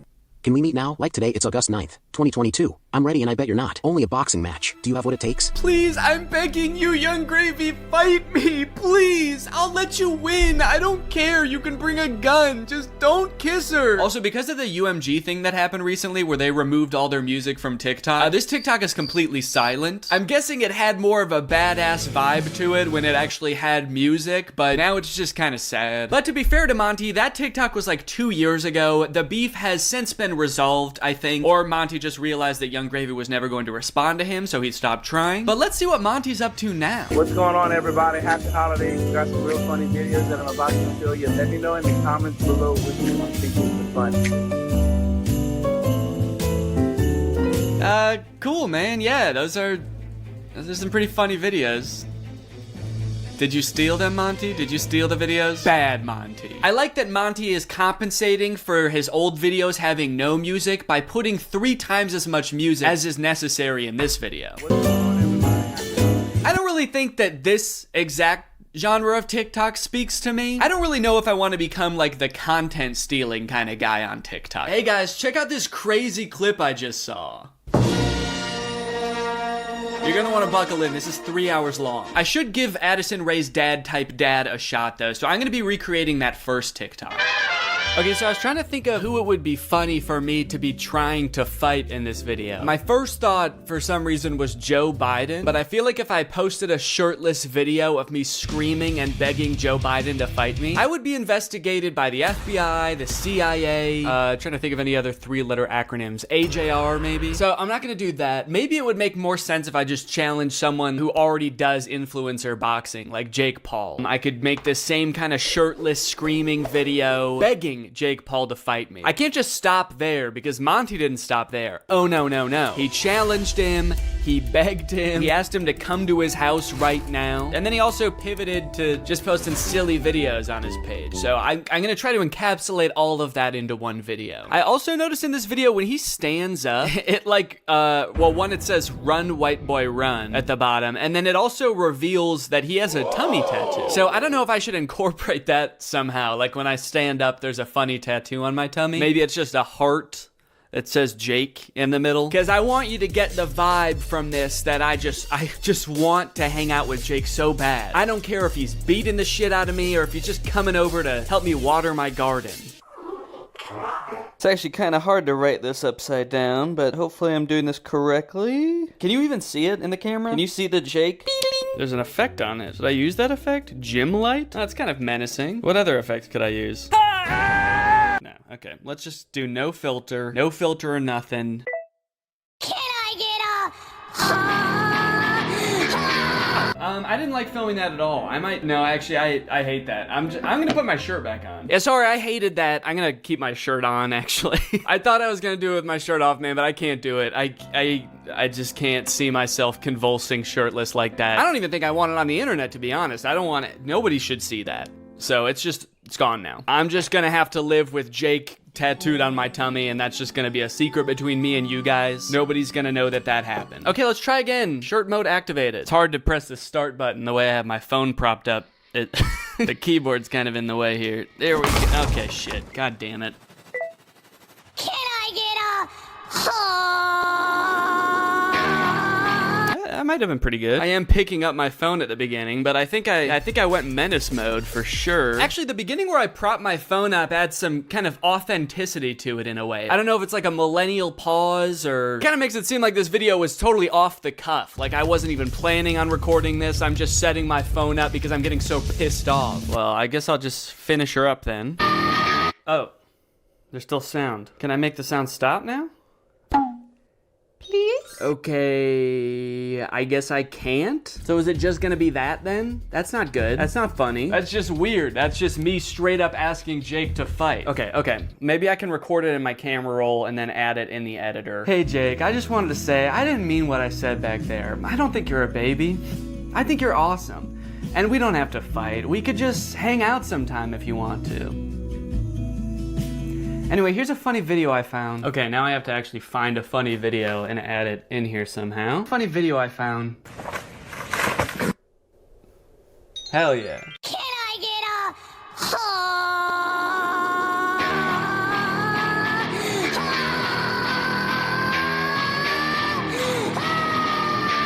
Hey Jake, I just wanted to say, I didn't mean what I said back there. I don't think you're a baby. I think you're awesome. And we don't have to fight. We could just hang out sometime if you want to. Anyway, here's a funny video I found. Yeah, I think it's perfect. And I think it's ready to post, and I'm not worried at all about what people will think when I post this. So I think after I create all the TikToks, we can take a look at some of the responses to them. Okay, next TikTok. My daughter being in a toxic relationship. Hashtag POV, a pack sticks up for each other. One of my favorite things about this TikTok is how many people show up. I thought it was just gonna be the dad at first, but then more and more characters keep coming in. It kind of makes the dad seem a little less badass. Like, no wonder the boyfriend's scared. He is severely outnumbered. I also love how the uncle comes into frame by touching the brother's shoulder, but it's obviously just his own hand touching his own shoulder. You know you're in for trouble when you feel your uncle tap your shoulder. You know how uncles do?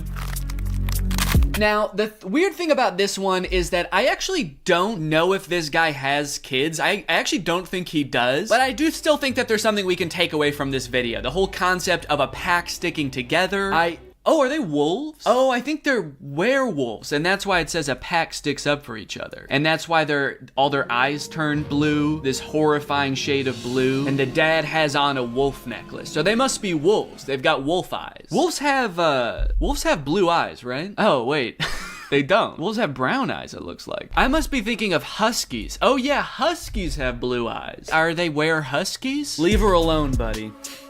Unless you want to get strapped to a sled and pulled very fast over a great distance. If this happened in real life, do you think that the boyfriend would even hear the dad? He's screaming and the dad is whispering. He has a few other TikToks where he plays the role of a dad navigating a kind of tricky situation with his daughter. Kiss. So I guess this genre is just fantasizing about having like a teenage child and something awkward or scary happening with that child. And also you have to look really badass and you do have to be part dog. Got it, can do.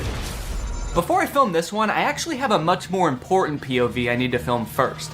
POV, that moment when you're sponsored by Opera. Opera makes other browsers look like that evil boy in that last TikTok. All alone and useless. Meanwhile, Opera looks like the family because Opera has so many useful features built in that it's so much more than just a browser. You've got Aria, Opera's native browser AI, which lets you get clear answers instantly. Highlight any term on the web and ask Aria to explain it. The great thing is Aria is connected to the web and can provide real-time information, unlike a lot of other AI models. Tab islands are huge for helping me stay organized while I'm working on a video. If I have several TikToks open, a couple of Google Docs, email, I can collapse them into context-based groups automatically.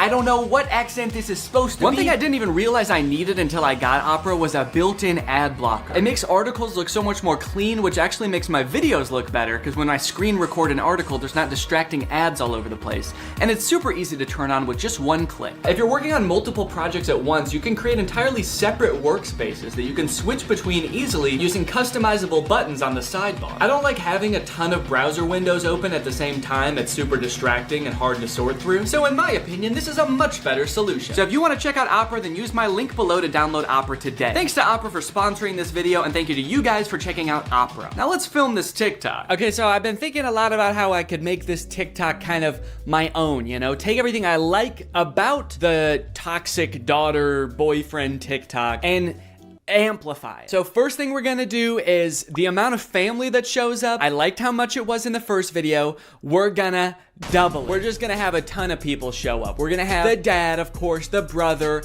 an uncle.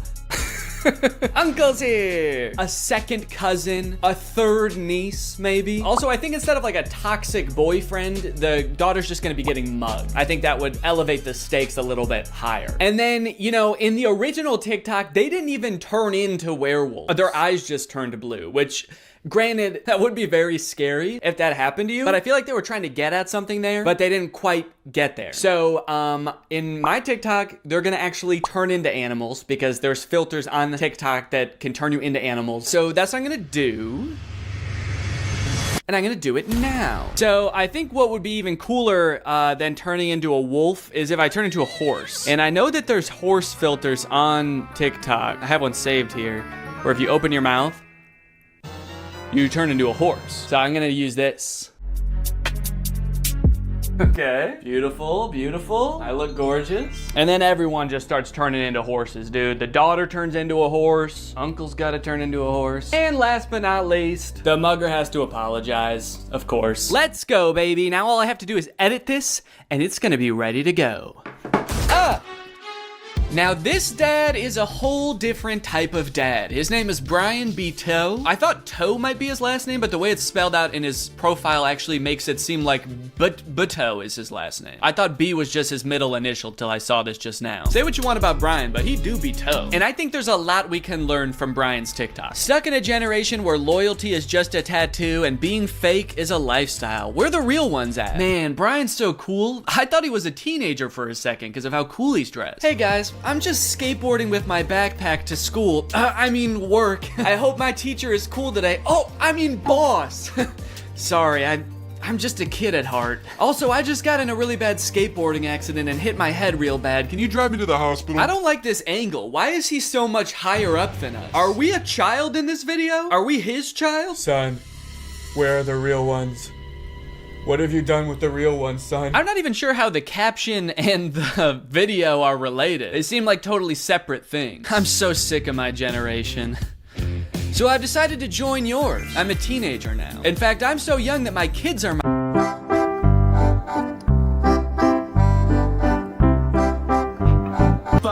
All right. Now, obviously, I don't like this video. I don't like it one bit. But I'm mature enough to realize that I'm not the target demographic for this video. This video is for MILFs. 'Cause you a MILF. And I'm not a MILF. I'm at most a dill.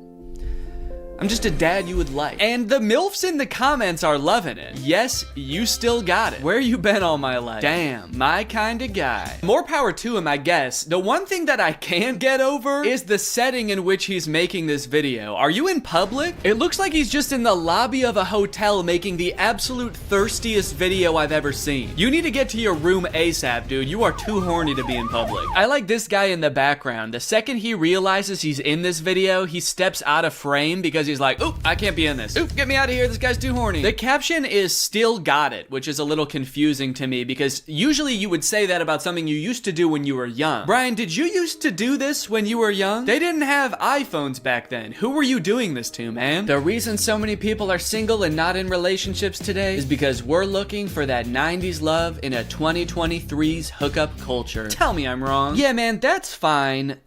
Where are you? What's going on in the background here? I'm looking for that 90s love. The kind of girl that doesn't just want to hook up, but wants to go on a date to the giant dirt pile in town. I love that dirt pile. I wish I could date the dirt pile, but she's taken. Hey, get out of here! She's mine! Okay, this is good research. I feel like I'm starting to get what this guy is all about. It's a lot of like pouring your heart out on the internet. Some of it could possibly be on the verge of oversharing, but he's expressing his feelings. He's looking badass while he's doing it. It's like this emotional vulnerability mixed with this cool, mysterious bravado of being alone at the giant dirt pile. Oh, oh, oh, yeah. Da, da, da. I got a new Okay, no, that's cool, man. Look, I obviously think that, you know, that's kind of a scary joke to make, but again, this video isn't for me. Oh, uh-oh. Oh God, Brian, the MILFs aren't liking it either. This guy is not funny. My first reaction, ew. Brian, you're scaring the MILFs, man. So I'm unaware of any gigantic piles of dirt near where I live. If there are any, I guess I'm just not cool enough to know where they are. So I'm here at the woods. Figured that would be an equally strange location to film this TikTok. So we've got strange location, the woods. We're going to have sort of a nostalgic / oversharing caption, which I'm still not sure what that's gonna be yet, but I can just figure that out while I'm editing it. I don't have to do that now. It doesn't have to have anything to do with the video, which is good. And then I also have to appeal to the youth. I have to try to make myself seem like a kid, which usually I'm not very good at, but I went to Walmart and I went to the kids section and I found some stuff that I think is gonna do the trick. Brian had a skateboard in his video, and so I bought a scooter. They didn't have any skateboards. I don't know if this is maybe a little bit too young for the demographic I'm trying to reach, but the box said ages 2 to 5. So I'm just gonna sort of pretend to be shredding it up out here at the beginning of the TikTok. By the way, I am like 75% sure that there's poison ivy under my feet right now that I'm very much trying to avoid. And I think I have, but my legs just feel itchy even just being near it. This was actually a horrible idea. Anyway, the hat. It says Fortnite on it. Can you see that? It says Fortnite on it. I found it at Walmart in the little boys section and I thought, oh my gosh, this is perfect. This is gonna appeal to all the kids. So I've got my scooter, I've got my Fortnite, and I'm ready to have some fun. Let's film a TikTok. Okay, I think I'll just pretend to be ripping it up over here and then I walk towards the camera, all cool. I for sure stepped in the poison ivy that time. Very cool. Why does this hat make me look like a pilgrim? It's like such a flat brim hat that it's gone past looking cool and gone towards looking like a full-on pilgrim hat. I am a Fortnite pilgrim.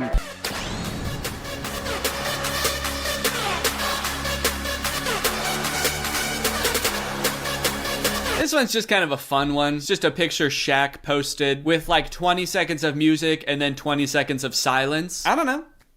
Could be the move.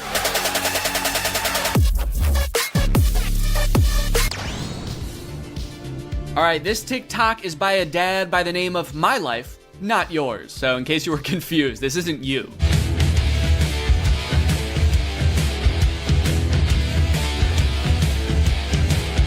Yes, dude, thank you. This is the kind of energy I'm looking for. When your kids need you, you drop everything. And you don't walk, you don't run, you don't even drive. You jump through the air like a giant bunny and you land right where they are. I guess we don't see where he lands. It would be kind of funny if it like cut to a reverse angle and he just landed at the bar. But one TikTok in, I am liking this guy's style.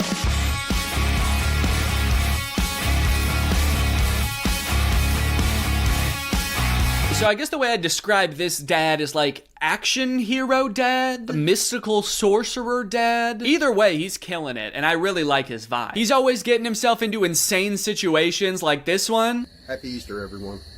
Something so funny about how nonchalantly he says Happy Easter and then teleports himself into the UFO and kamikazes himself. Like, did he know that was gonna happen? Based on how chill he was, I kind of feel like he didn't. Happy Easter, guys. Oh, what the fuck is happening? What the fuck? Ah!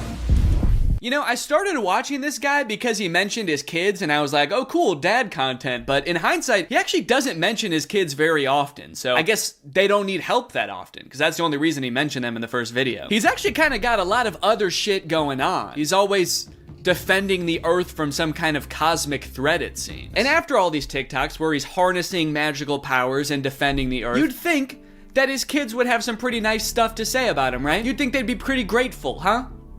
Wrong. As dads, you know, we give and we give, but are we ever truly appreciated? No. My 7-month-old baby did this same thing to me. I was floating around in the spirit realm forever. It took me days to get back into my body. To take a step back for a second here, can we all appreciate how epic his editing is? I mean, this is pretty good. Also, the first time I saw this, I was like, holy shit, how high did this dude jump for this video? This man may be old, but he's still got it. But after watching it a couple times, I think that he's reversed the video and he's jumping off of something high onto the ground. Either that or this whole thing's real. I can't discount that possibility. I like this guy's videos a lot because I feel like we actually are cut from the same cloth in a way. I have always been obsessed with visual effects. I had a YouTube channel for this kind of stuff when I was a teenager. I would do this type of stuff, practice visual effects. I would do tutorials for effects. Hey everybody, this is Danny Gonzalez, and today I'm going to be doing an After Effects tutorial. I would watch every behind the scenes of like blockbuster movies that I could get my hands on. So I admire this dad's passion. It kind of takes me back in my own life to a simpler time. So I guess what I'm trying to say is,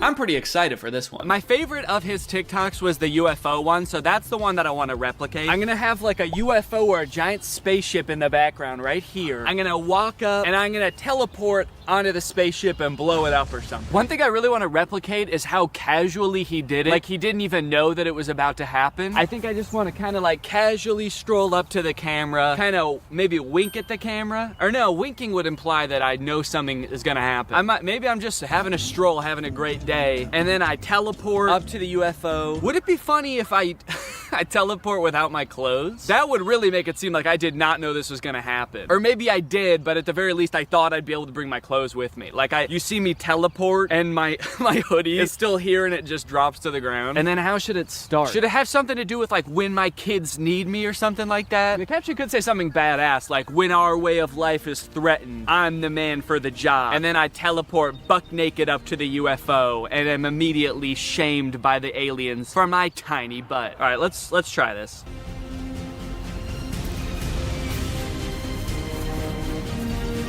Okay, and then I'm gonna take off my hoodie, put it right where I was, and then drop it.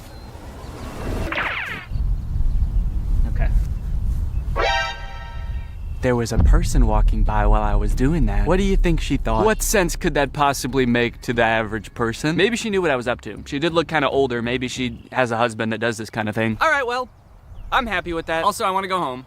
All of the TikToks have been recorded, edited, and posted. Let's see how people responded to them. We're gonna go from the least viewed video to the most viewed video, starting off with Addison Rae's dad. So this was the first video that I posted, and it is by far the least liked out of any of the TikToks. It has 45,000 likes. I think people were just confused. Nobody really got the reference. The general consensus amongst the audience is that I'm going insane. The second most liked comment is, "Nurse, he's out again? Is everything okay at home, Danny?" Okay, I was doing these TikToks to make myself seem like a really cool, awesome dad, and kind of feel like it's not working based on that comment. Oh my god, he's lost it. What is he planning? Or is he just having fun on TikTok? All right, he's either planning a video where this is some kind of satire, or he's actually just having some fun, challenging Jake Paul to a fight, begging him to meet up, and sharing some funny videos. Maybe this is just who Danny is now. Okay, next up was the Shaq TikTok. Lots of people praising my very calm demeanor in this picture. You look so comfy and at ease. You don't look terrified for your life at all. Looks like they were really nice. And then one kind of eerie comment. Please don't die, I love your content. Do they know something that I don't know? I look closer and this was posted by my doctor. Oh no, he's actually been commenting a lot on here. He says, the test results just came back, it's not looking good. Love your content though. Also, was Ice Spice cool? I just feel like there's better ways he could have contacted me. Someone said, is this real? And then someone commented under it, no, it's AI. Look at Ice Spice and Taylor's eyes, or the guy on the right, his hands, or the sunglasses just floating on his shirt. So I guess he's talking about this guy, saying, no, it's clearly AI. Just look at this dude. Which, is kind of fucked up, because it's not AI, that's just a real guy. Everything in the image is real except me. And even I am real. I'm a real person. I just wasn't in that picture. It's kind of interesting as AI has gotten more popular how whenever anything is fake now, all of the comments are AI. It used to be whenever something was fake, all of the comments were Photoshop. Even if it was a video, it would always be attributed to Photoshop, and now it's AI. Even in this case, when it was actually Photoshop, the accusation that gets thrown out is AI. It's just kind of something interesting I noticed. After I posted that TikTok, I was starting to get a little bit worried. I started this video with hopes of becoming the coolest TikTok dad on on the platform before it got deleted. And based on these comments,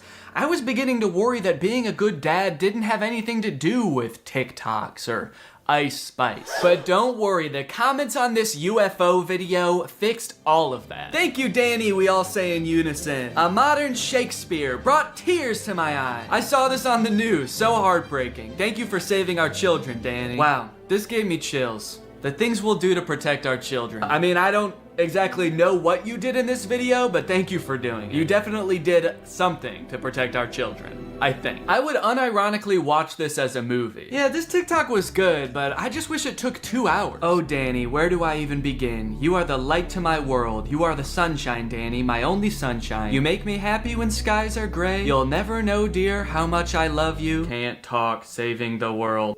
All right, second place, the silver medal of dad TikToks goes to the Scooter in the Woods TikTok. Raking in a whopping 1.1 million views, 295,000 likes. People are really vibing with oversharing strange location dad. One fun thing about posting all of these videos is seeing people comment trying to guess what the video I'm working on might be about based on all of these seemingly unrelated TikToks. None of them have anything to do with each other, so people's guesses were all over the place. But the most common guess, and the one that had the most likes on this particular post was, I'm guessing these videos are him doing AI prompts and seeing which ones go the most viral. Which I think, in a way, goes to show how far AI has come, where I'm replicating real videos that people have made, albeit adding my own little comic twist to them, and people assume that they were generated by an AI. It either goes to show how good AI is, or how bad I am. Either one. Someone said, too creeped out by Danny's facial expressions to even read the words. That's right, baby, that's my whole plan. I creep you out so much with my facial expressions that you don't even get a chance to notice I just admitted to burying someone in the woods. And finally, my most popular TikTok with 1.6 million views, POV Dad. With such praise as, this has to be for a video, and Danny, this is brain rot. You know, as a father, it's really important to me to have a positive impact on the minds of the next generation, so it means a lot to me that you would say that. Wonder what the new video is gonna be. What, a guy can't just fantasize about his imaginary daughter getting mugged and then his ragtag family coming to her rescue without people getting suspicious? I think that really says something about society today, and as soon as I figure out what it says, I'm gonna be pissed. Look, at the end of the day, we can laugh and giggle at all of these TikToks, but I think it's important what I learned from all of this, which is nothing. But you know what? I love being a dad. It is the best part of my life. I love it so much. And being a dad is an important job. And if you're a dad and you're working hard to give your kids a good life, there's nothing wrong with getting online every once in a while and posting a silly video or two. Sometimes you just gotta post on TikTok to take the edge off, baby. So here's to all the dads out there. I will toast my Dr. Pepper Zero to you. Clink! Alright, well thank you guys for watching this video. I hope you enjoyed it. If you're new here and you're not subscribed yet, make sure you subscribe and turn on my notifications to join Greg. I'll see you guys next time. Bye-bye. Stealing content. When is it okay? When is it just inspiration? When is it just hopping on a trend that everybody's doing? When is it not okay? Is there a gray area in between? What about this guy? You cannot make this up. You cannot make this up. You can't make this up. He's stealing the same intro over and over from himself. Do we have to help him? That guy found one intro and shirt combination that he's convinced makes his TikToks go viral, and by golly, he will never change it. You can't make this up. As a creator and a viewer of content, blatant stealing is something that makes me so mad, but what's even worse is how seemingly easy it is to get away with it, and how, like, it just works. Like, you can just become a content thief and make so much money. It at least shouldn't work that well, you know? But as you will see today, it is a very viable content strategy that is being used by a ton of YouTubers, big and small. Today we're going to take a journey through the various forms of content thievery until finally ending at the undefeated final boss of content thievery, Brent Joseph Rivera. I don't know if his middle name is Joseph. I just wanted it to sound like he was in trouble. Go straight to your room, young man. Go straight to your secret room that you built in your house. You march right down to your secret Starbucks, and I don't want to hear a peep. So on this journey, I want to start with the most straightforward form of content stealing. Step 1, screen record someone else's content. Step 2, upload it as yourself. And step 3, profit? You might think that pretty much all people would agree that this is at the very least shady, but you would be surprised the lengths some people go to justify it. Okay, this video I'm about to show you, I've already talked about on my second channel a little bit, so I'm gonna repeat myself slightly, but I think it's very important that you learn about this type of influencer called a clipper. In the life of a $20,000 a month TikTok clipper, first thing I do when I get into my office is write down my daily goals. Today I wanted to get 1 million views in a day and make at least $500. This guy makes business sound so easy. You can just write down how much money you want to make that day. Do you make that much money? So I go and sit at my desk, pull my phone out, and get ready to start my shift. The first thing I do is go and search for popular YouTubers to screen record. I sit down at the desk of my fully furnished office with a maxed out PC in front of me, and I go on my phone. He proceeds to screen record a popular YouTuber's video and then combine that with some gameplay footage, which he also didn't make himself, and then he posts it on TikTok. One of my videos last month made me $1,200 from one video. But what about today? How much money did you make today? Was it $500? It was probably more. He's just being modest. Honestly, man, I don't know why this guy does this day in and day out. If he just wrote a big enough number on the board the first day, he'd never have to work again. I guess that just goes to show that this guy does it for the passion. I'm very confused why he has an entire office. You could have done all this without leaving your bed. You don't need a furnished office. Might I suggest an empty room with a folding chair? Why does he have a ring light if he doesn't even film videos of himself? He's like, I am a TikTok clipper by trade, but my passion is TikTok dances and lip syncing videos. So I do that shit all the time, man. I don't record any of it. I don't even own a camera, but it's nice to have the ring light there to pretend. That would be insane. Doing TikTok dances for nobody, just alone in a room to a ring light.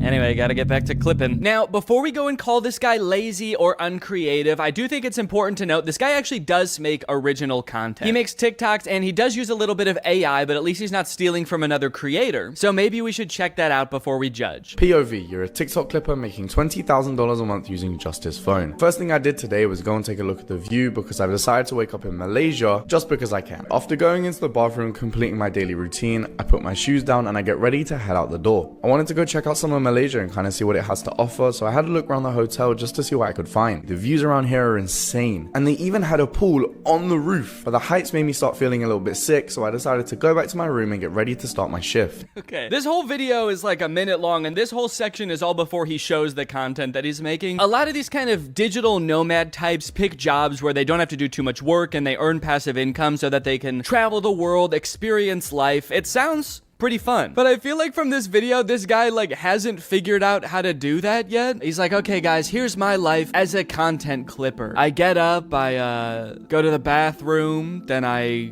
put my shoes on the floor and I put my feet in the shoes. That's where the feet go. And now I really want to go check out this city, guys. So I go over to the window of my hotel room and I look at the city, and then I go upstairs and I look at the city from up there, but then I got too scared.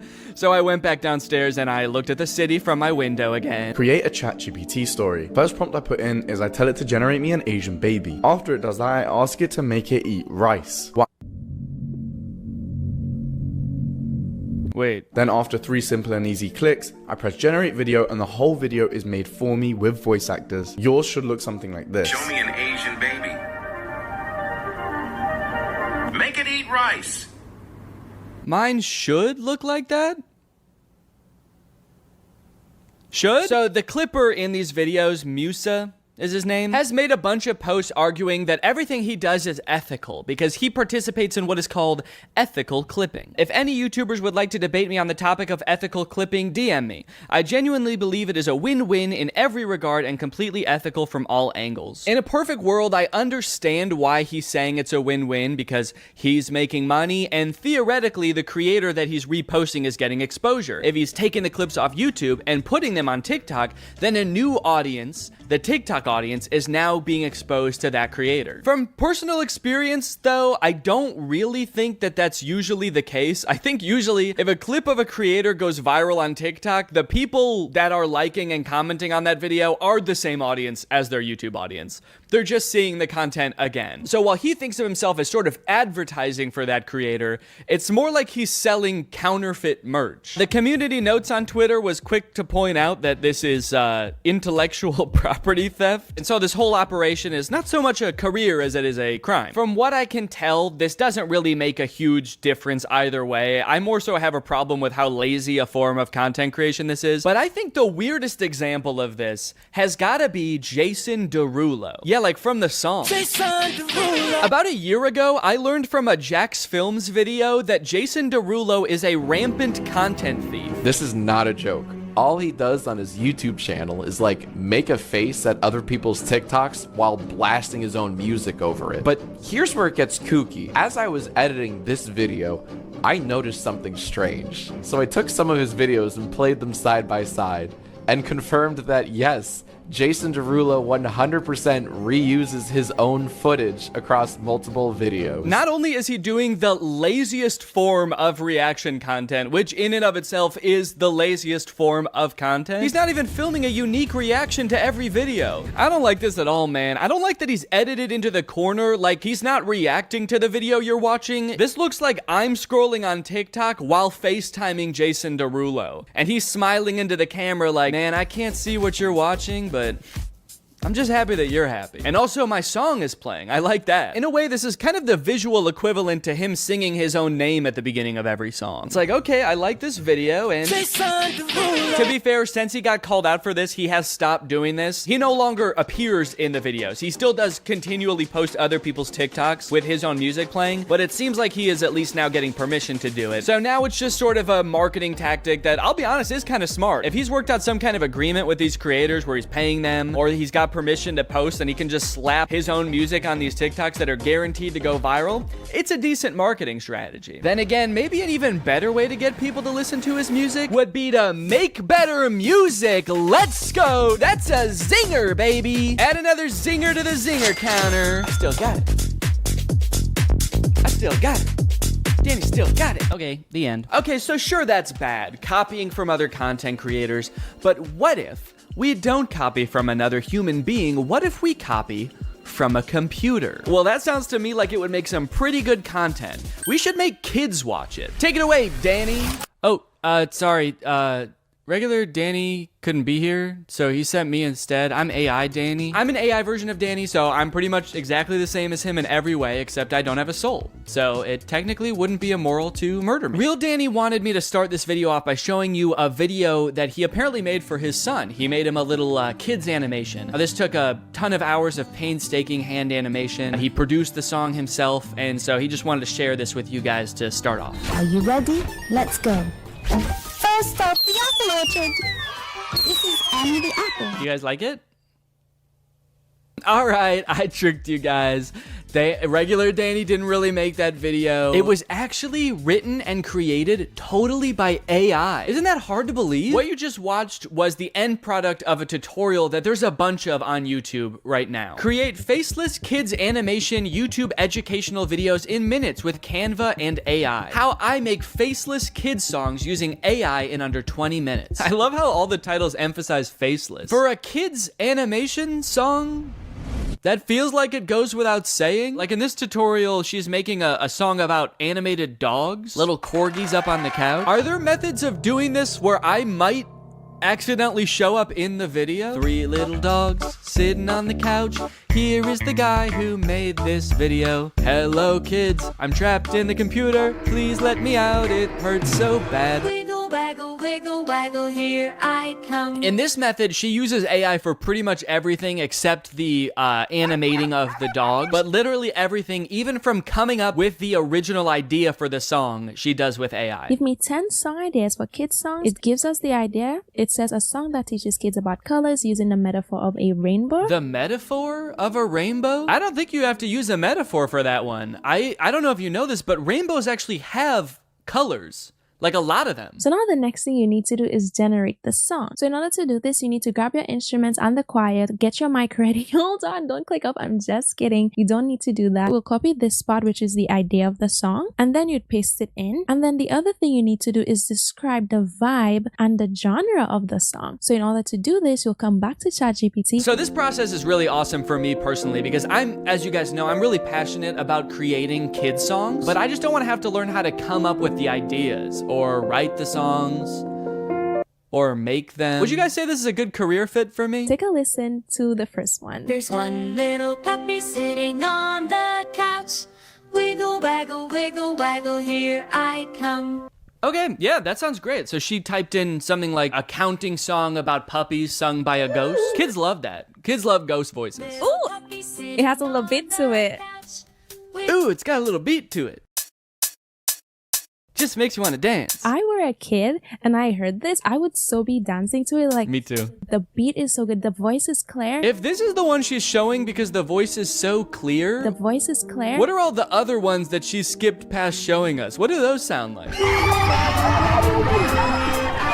I could goof on these AI songs and how bad they are until the cows come home or until there's 5 dogs on the couch. But as I feel like we keep hearing time and time again, this technology is only getting better, and someday this AI might be able to generate a song that's totally indistinguishable from one made by a very stupid person. But even if you're like totally on the side that like AI art is just as much of art as human art and it doesn't totally destroy the point of art, we can still all agree it's not there yet, right? We can all agree that wasn't good music, right? Wiggle, waggle, wiggle, waggle. It sucks because, like, what if someday it is really good at it? What am I gonna say? Like, no, don't use this shortcut to make a song in 20 minutes for $0 that a human probably would have had to spend like a day on, and maybe work with a music producer, which is expensive. But what I will say is that not only are you probably doing a disservice to the poor kids who are left alone long enough to fall down this weird rabbit hole of content that you make, you're also doing yourself a disservice. If you're an entrepreneur and you're looking for ways to make money for little effort, and you pick this, which is basically just clicking buttons on a computer, essentially just helping a computer do its job, someday the computer's not going to need you anymore. So you can keep looking for new ways to, make money from home with 0 effort and gaming the system, or you can realize that maybe not everything is about making as much money as possible for as little effort as possible. Maybe you should pick something that makes money and you like, and you find fulfillment from. Also, and no one's gonna watch any of these videos. This is Annie the Apple. None of these videos that these people make in these tutorials are gonna get any views. Kids content is so oversaturated on YouTube because everyone thinks they can make billions of dollars by making kids content. And the stuff that is getting views probably doesn't sound like it was sung by a voice that came to me in a dream. A lot of times I feel like the people who make these tutorials usually make more money off of the tutorials than the thing that is supposed to be making you money. And now that everybody knows how to do this and it's accessible, it's gonna become even more oversaturated. Hi, I am an orange. O-R-A-N-G-E spells orange. Hi, can you guess what fruit I am? Apple! Apple! How can we copyright the song we created? You didn't create... What? You'll notice in this video a lot of the lazy content that I'm talking about, in fact, pretty much all of it, is geared primarily towards kids. That's a bit of a disturbing trend I've noticed. Why is it that the laziest people try to make content for kids? Is it because they know kids are a little bit dumb and will watch anything and are easily tricked? Yeah, it probably is. I'm not gonna give you time to think about it. It is. It's just slop. It's so lazy. And I hope the people who are doing this realize that soon. Realize that people don't want to watch these videos, because I can't imagine any of it is doing well. And I also hope that you realize that today's sponsor, Rocket Money, has helped save its customers up to $740 a year when they use all the features, with over $500 million in canceled subscriptions. Have you ever forgot that you were paying a subscription fee for a service that you don't use anymore? That's happened to me more times than I care to admit. I'm always signing up for subscription services for like new editing software or different tools and plugins, and I don't know why I'm like addicted to it. I'm just kind of addicted to the thrill of paying $30 a month to do something that sure I could have done in Final Cut Pro but would have taken a couple extra steps. But luckily today's sponsor, Rocket Money, is here to help me and you, and also real Danny. That's right, I'm still AI Danny. I didn't forget that. Rocket Money is a personal finance app that helps you cancel subscriptions, lower bills, and manage your own money better. I've used Rocket Money to help me cancel several subscriptions, most recently the suite of plugins in Final Cut that I used once and then never again. It takes the brain work out of it because Rocket Money safely and securely identifies reoccurring charges and cancels unwanted subscriptions for you. The best part is that you can cancel right within the Rocket Money app. You don't need to call customer service for this random software you downloaded. You don't need to jump through all their hoops of answering surveys. I also love that I can create budgets within Rocket Money. Rocket Money analyzes your spending habits to create a personal budget for you. It automatically monitors spending by category. So if you're spending a little bit too much money going out, out 1 month, Rocket Money can send you a notification letting you know. So to save more and spend less, join the over 5 million Rocket Money members today. Go to rocketmoney.com/Danny or click the link in the description to get started today for free, and you can unlock even more features with premium. That's rocketmoney.com/Danny to get started for free. Thanks to Rocket Money for sponsoring this video, and thank you to you guys for checking out Rocket Money. One underrated part of becoming a content creator is developing your own unique style. The vast majority of creators, when they start out, are just kind of a worse amalgamation of all of their inspirations. For me, it was probably The Lonely Island and Jake and Amir with some Bo Burnham mixed in there. But over time, you start to make certain creative choices that distinguish you. Types of music that you choose for your video, the way you tell jokes, the name of your fan base, maybe even your thumbnails have a distinct look to them. I love it when creators take another step in developing their own personal style.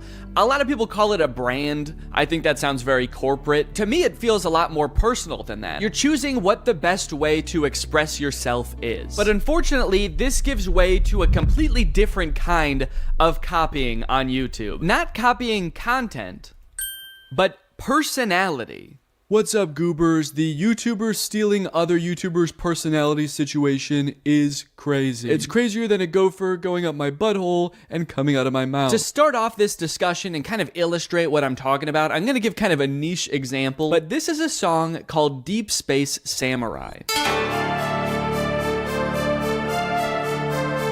I first started hearing this song in the intro to Ryan Trahan's YouTube videos. My birthday is this weekend. I'm going to 3 iconic theme parks this week to go stay in the most strange Airbnbs. He first started using it in his shorts, and then he started using it in his full-length videos. And over time, to me, it sort of started to become like a theme song for Ryan. He uses it in a bunch of intros, and so when this song was playing, you knew it was a Ryan Trahan video. But within a couple months, because Ryan's videos are so popular, other creators have started taking that song and being like, and it's my theme song too. Today I'm building a secret zoo in my house. Today I'm building 50 secret rooms you'd never find. Today I'm building 3 amusement parks in my house. This dude, Ben Azalart, has taken the song that Ryan uses in his intros and has probably in recent months used it more than Ryan has. This might be a really niche example, and this might be something that only I notice, but to so deliberately take a song that is part of someone's like identity online and just be like, that's mine now. In fact, it's even more mine than it is yours, is crazy. There's other stylistic choices that Ryan in particular has pioneered that a bunch of people have started using, especially this one. The white screenshot of an app or a review with the rounded corners. A lot of times it's got a 1-star review on there. They've become a staple of Ryan's brand, and so of course, a bunch of people have started using that also, and oh, well, that one's my thumbnail. Okay, yeah, so I might have done that too a little bit. In my defense, the corners are not rounded. And also, Ryan helped me come up with that thumbnail idea. This is kind of a weird line because this happens every time a YouTuber gets big and kind of takes the platform by storm and there's a lot of hype around them. I remember when Casey Neistat got big and suddenly every vlogger was putting these sort of lo-fi beats into their drone montages. And it's weird because at one point, that was Casey's thing. And so to take that from him was specifically taking it from Casey. But at a certain point, it gets used so much that it just becomes part of the YouTube meta overall. There's so many people doing it now that by using it, you're not really taking one person's thing anymore. You're just kind of designing thumbnails the way people design thumbnails in the year 2024. Going back to Ben Azalart, the whole secret room thing is another one of those things that I don't know who thought of it first, but whoever did, you're a genius because that's all kids channels post anymore. I built a secret zoo in my house. I built 50 secret rooms you'll never find. I built a secret soccer field in my room. I built a secret tree house in my backyard. Who is this man hiding from? You're an adult, dude. You can just have a gaming room. Go ahead, dude. Treat yourself. You've earned it. I built a secret McDonald's in my room. Yo! Wow. Looks just like a real McDonald's. This type of picking up one thing or element about a YouTube video that made it popular and just beating it to death and a ton of channels copying it just makes YouTube so boring. Like putting I survived at the beginning of every title, even ones that make 0 sense. I survived $1 versus $100,000 hotel room. I survived America's largest hotel room. I survived the world's only 7-star hotel. That moment when the hotel room is so large that you die. It's so big that you you're dead now? When the hotel has 7 stars, the first 5 stars are to indicate how good it is. The last 2 are throwing stars. Run! This is the Mr. Beast font. It was popularized by Mr. Beast. I don't know if he was the first person to start using it, but it definitely got popular because of him. And now just like every kid's channel is like, we are Mr. Beast too. You guys, I get it. Mr. Beast gets a lot of views. He's probably very rich. But what exactly are you trying to accomplish by taking the man's font? Some of you guys have been doing YouTube for so long, there's no way you guys think the font is what made him popular. You guys don't think the font is what made him popular, right? The Stokes twins are the king of copying other people's content. Here they use the Mr. Beast font in this Eating 100 Years of McDonald's video, where they eat McDonald's food from 1950 and 2050. All right, I'll admit it, that was not the 100-year range I was expecting. You guys know what year it is, right? The Stokes twins have gained 90 million followers by basically copying everybody's ideas and trying to be Mr. Beast clones. Mr. Beast's channel banner says subscribe for a cookie. And the Stokes twins channel banner says subscribe equals cookie. Stokes twins, do you think that that is why Mr. Beast has as many subscribers as he does? Because he promised cookies? I think a lot of this comes down to blatant and shameless stealing. Some of it might come down to what Little Joel calls in a video algorithm folklore. What interests me is this one particular moment where Ludwig says this about uploading YouTube videos. One quick key, by the way, if you guys are ever uploading videos, they'll use whatever the video's file name is for the algorithm. I have heard this claim a million times. I heard it when I was just getting my YouTube channel started. And what's odd about it is that there's never been any evidence at all that this is the case. Because so many YouTubers see the algorithm as this like weird entity that works in mysterious ways, it does seem like it could be possible for creators to believe that the font you pick in the thumbnail really matters because the algorithm uses it to sort your videos. Or maybe putting I survived at the beginning of a title of a video of you having like the best day of your life helps trick the algorithm into thinking that you are Mr. Beast. And for people whose entire livelihoods is YouTube, and maybe they have a ton of employees, and so every video has to be a banger, otherwise you have to let people go, maybe you're more likely to cling on to some old wives' tales of YouTube. Or maybe it's just blatant stealing. Maybe they just want to confuse viewers into thinking that they are the person they're stealing from, a la ratatouille. This type of thing always happens on YouTube and probably will always happen. And my biggest gripe with it is it just makes YouTube so boring, you know? Boring, unlike this next guy I want to talk about. Ladies and gentlemen, give it up for the king of stealing content on YouTube, Brent Joseph Rivera! Go straight to your room, young man!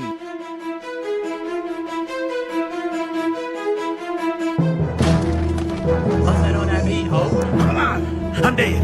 I'm watching TV. What's up, guys? I'm recording this part of the video from the secret gaming room I built in the White House. It's very possible you've seen videos about Brent Rivera stealing content before. He's been doing it for years, and I think he's the final boss of content theft for 2 reasons. Number 1, the way he steals the vast majority of the time is just pure plagiarism. It's not like he's re-uploading other people's content. He's using other people's ideas, but pretending like they were his ideas. And 2, longevity. Brent has been making content since Vine. I really feel like he should know how to come up with his own ideas by now. Like I said, we all start out taking inspiration from other people, but like, I think you've been doing it long enough where you don't have any more excuses, Brent. You gotta kind of learn how to make videos on your own. And it actually is strange because he copies from other creators a lot, but sometimes he does come up with his own videos and makes original thumbnails, and they do decently well. So why does Brent still resort to stealing so often? Does he just do it for fun at this point? Like for old time's sake? In a way, he's kind of like the Hamburglar of YouTube. He's like, I just am a thief. I don't know what you want me to do. It's part of my identity. I could choose not to dress like a burglar and wear a little burglar mask, but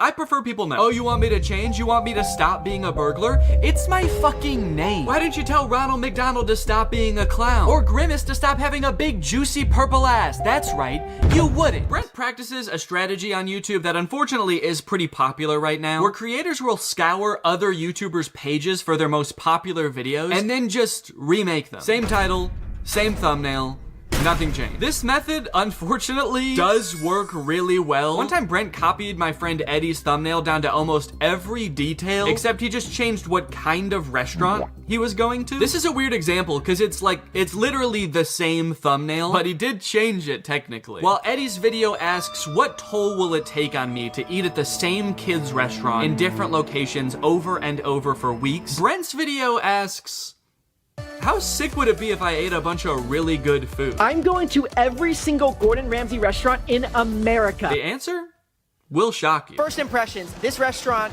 is sick. Wait, that didn't shock me. That's exactly what I thought was gonna happen. It's sick. Hi, Reds. Hi, Drew. It's Gordon. Oh, there's no way that's you. Of course it's me. That's why I'm FaceTiming you live. Listen. Why did he say it like that? Now I feel like he's not FaceTiming them live. Now, to be fair to Brent, he actually did credit Eddie in the description for using a similar thumbnail to him, but then he deleted that credit and changed the thumbnail to be copying this YouTuber instead. Brent, what's going on, man? Are you okay? He's like on a mission to copy as many YouTubers as possible. He can't even copy one YouTuber per video anymore. Now, while his thumbnail stealing is pretty bad, to give him credit, the actual videos themselves are usually pretty different. They're mostly just scripted sketches like this video, I exposed the world's most evil teacher. This thumbnail is copied from a Rebecca Zamolo video, and in her video, Rebecca is testing one-star teachers to make sure they never teach preschool to her daughter. Today we're exposing the worst rated teachers. Zadie is going to be going to preschool soon, and we cannot let her get taught by any of these horrible teachers. Still don't really know how that works exactly, but Brent's video is about a principal of a middle school who tells Brent that if he can spend the entire day with the world's strictest teacher, then he can become principal for a day. Last week, the principal of the world's strictest school proposed a bet that if I spent a full day with the world's strictest teacher, he would let me be principal for an entire day at Iron Will Academy. I don't know why the principal is making this offer to Brent, a man in his 20s with none of the relevant training. Perhaps more concerning though, I don't know why Brent is so eager and determined to become principal of a random middle school. I don't know about you guys, but I'm scared to find out. Good morning, This is the last person I want to see on my weekend. What? The last person you want to see on your weekend is the principal of a middle school you don't go to? Guys, you're all adults. He has no power over you in this circumstance. Just tell him to fuck off. Do it. Tell the principal to fuck off. In this kid's video, tell him to fuck off. So they end up spending the day with this strict teacher, and sure, she's like mean to them, but honestly, I would be too. I wouldn't want these three strange boys becoming principal either. Ow! What? Oh my gosh! Why are you slapping me in the face with a hot dog? Because it's funny. What? Even the kids hate Brent and his friends in this video. They cheer when they get punished. One of the kids tries to beat the shit out of them. They're like, yeah, our teacher might have been bad, but at least she is a teacher. You guys are just three weirdos. I think we have to kill you. What are you doing with Miss Harshman's water bottle? Oh, I filled it up with toilet water. Bro, hey, that's actually a really funny idea. This water tastes like... I don't know what their goal was with that. They're supposed to get through the entire day without getting in trouble. And they're like, well, maybe if we try to poison the teacher, she'll be so dead that she can't snitch on us. It's the perfect crime. So strange plot and bad morals aside, it is just a scripted kids video. They're decently well produced for a YouTube video. I mean, Brent hired actors, rented a location for this. Outside of the content theft, Brent truly is working hard to make the world a different place. On TikTok, on the other hand, he actually does just steal videos completely, word for word, shot for shot, no credit given the vast majority of the time. But actually the most confusing example I've seen of Brent stealing content, and the one that has stuck with me the most for whatever reason, is his music. Brent occasionally posts comedic music videos, and I guess I have the assumption that when a YouTuber starts releasing music, it's kind of like a passion project for them. You know, maybe your regular videos have become too much of a full-time job when they used to be a hobby, so you start exploring new creative outlets where you can let your real creative spirit shine. Not Brent. This is Brent's music video for Doing It Wrong, a song about that uncomfortable feeling when things are just a little bit off, like uneven hoodie strings, or eating bubble tape like this, or uneven pizza slices. And this is Red and Link's music video for My OCD, which is about that uncomfortable feeling when things are just a little bit off, like uneven hoodie strings, eating bubble tape like this, or all these other jokes Brent copied. It's my OCD, it's just it's my OCD. I was honestly very shocked when I realized this. I found it from this Reddit thread that basically accuses Brent of stealing their song. Rhett and Link's song is their most viewed video on their main channel. It's probably up there with some of the most crowning achievements of their career. The song has 62 million views, and then here comes Brent to steal it joke for joke, even including a sketch at the beginning that's super similar. Rhett and Link starts with this kind of like psychological evaluation sketch, and Brent starts with him talking to a psychologist. Brent even went out of his way to almost word for word copy a disclaimer that Rhett and Link put in their description. Note, we understand OCD is an important mental disorder that significantly affects the lives of millions of people. Brent's reads,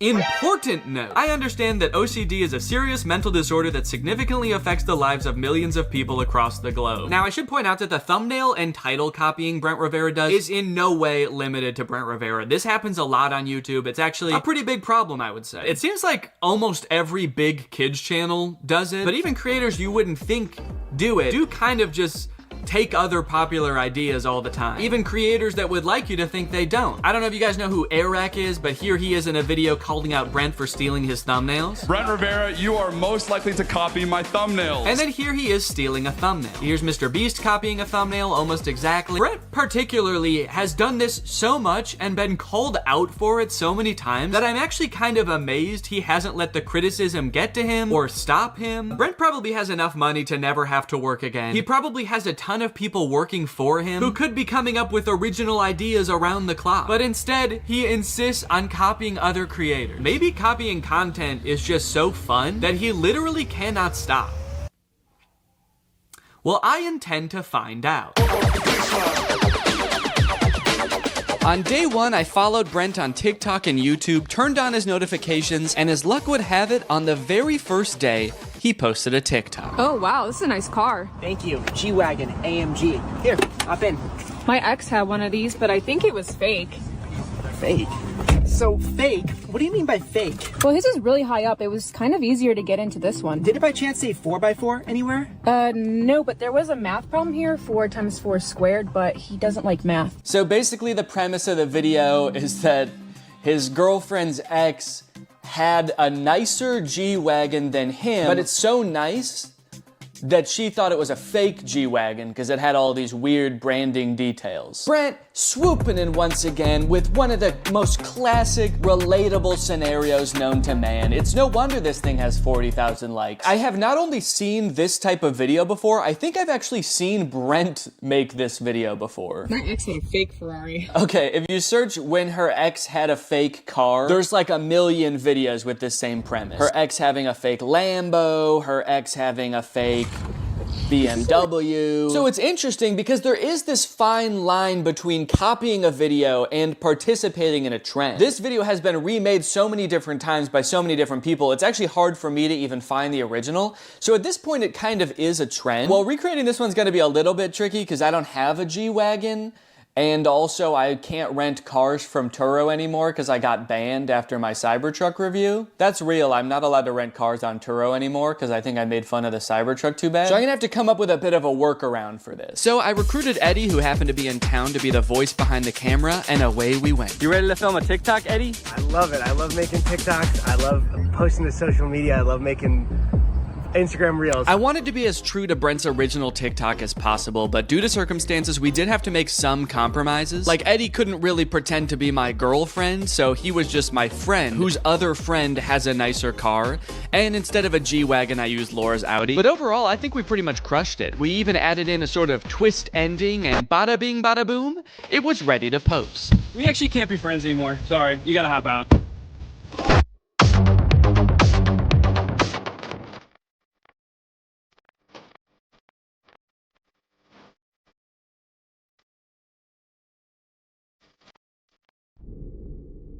Yo, what's up, brother? You ready to go?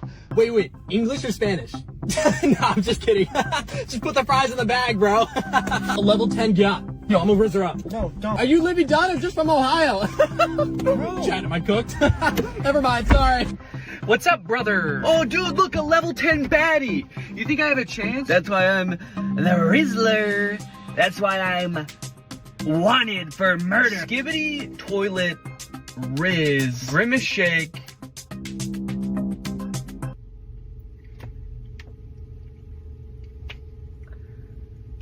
Okay, a couple days later, Brent has posted a second TikTok. I went and searched a bit on TikTok. I searched this caption and I didn't find this exact TikTok anywhere. So this might be a Brent Rivera original. This is a bit of a trend, a person who speaks only in brain rot. Brain rot being like Gen Alpha TikTok slang. But I haven't seen any other in this exact format where it's two people talking in the car. So I'll give them credit where credit is due. They came up with an original idea. I will say, compared to the car TikTok that they just stole, this one is not doing as well. It has 50,000 views and only 5,000 likes. I was not thrilled to replicate this one. It was a little bit tough to get through. Not that the TikTok's like that bad. I actually thought that this dude Dom did a pretty good job. His delivery on some of the lines is pretty funny, like when he says, "Chat, am I cooked?" after trying to hit on a girl. Chat, am I cooked? I thought that was kind of funny. It didn't feel like a video I would make, so it just felt very unnatural to me. But anyway, let's go ahead and post it. So if Brent took inspiration from a different TikTok, it probably had like millions of likes. And then if Brent's ripoff of that got 5,000 likes, then I think doing the math on this, my ripoff should get 2 likes. So I'm pretty excited for that. Whoa, dude, a level 10 cat.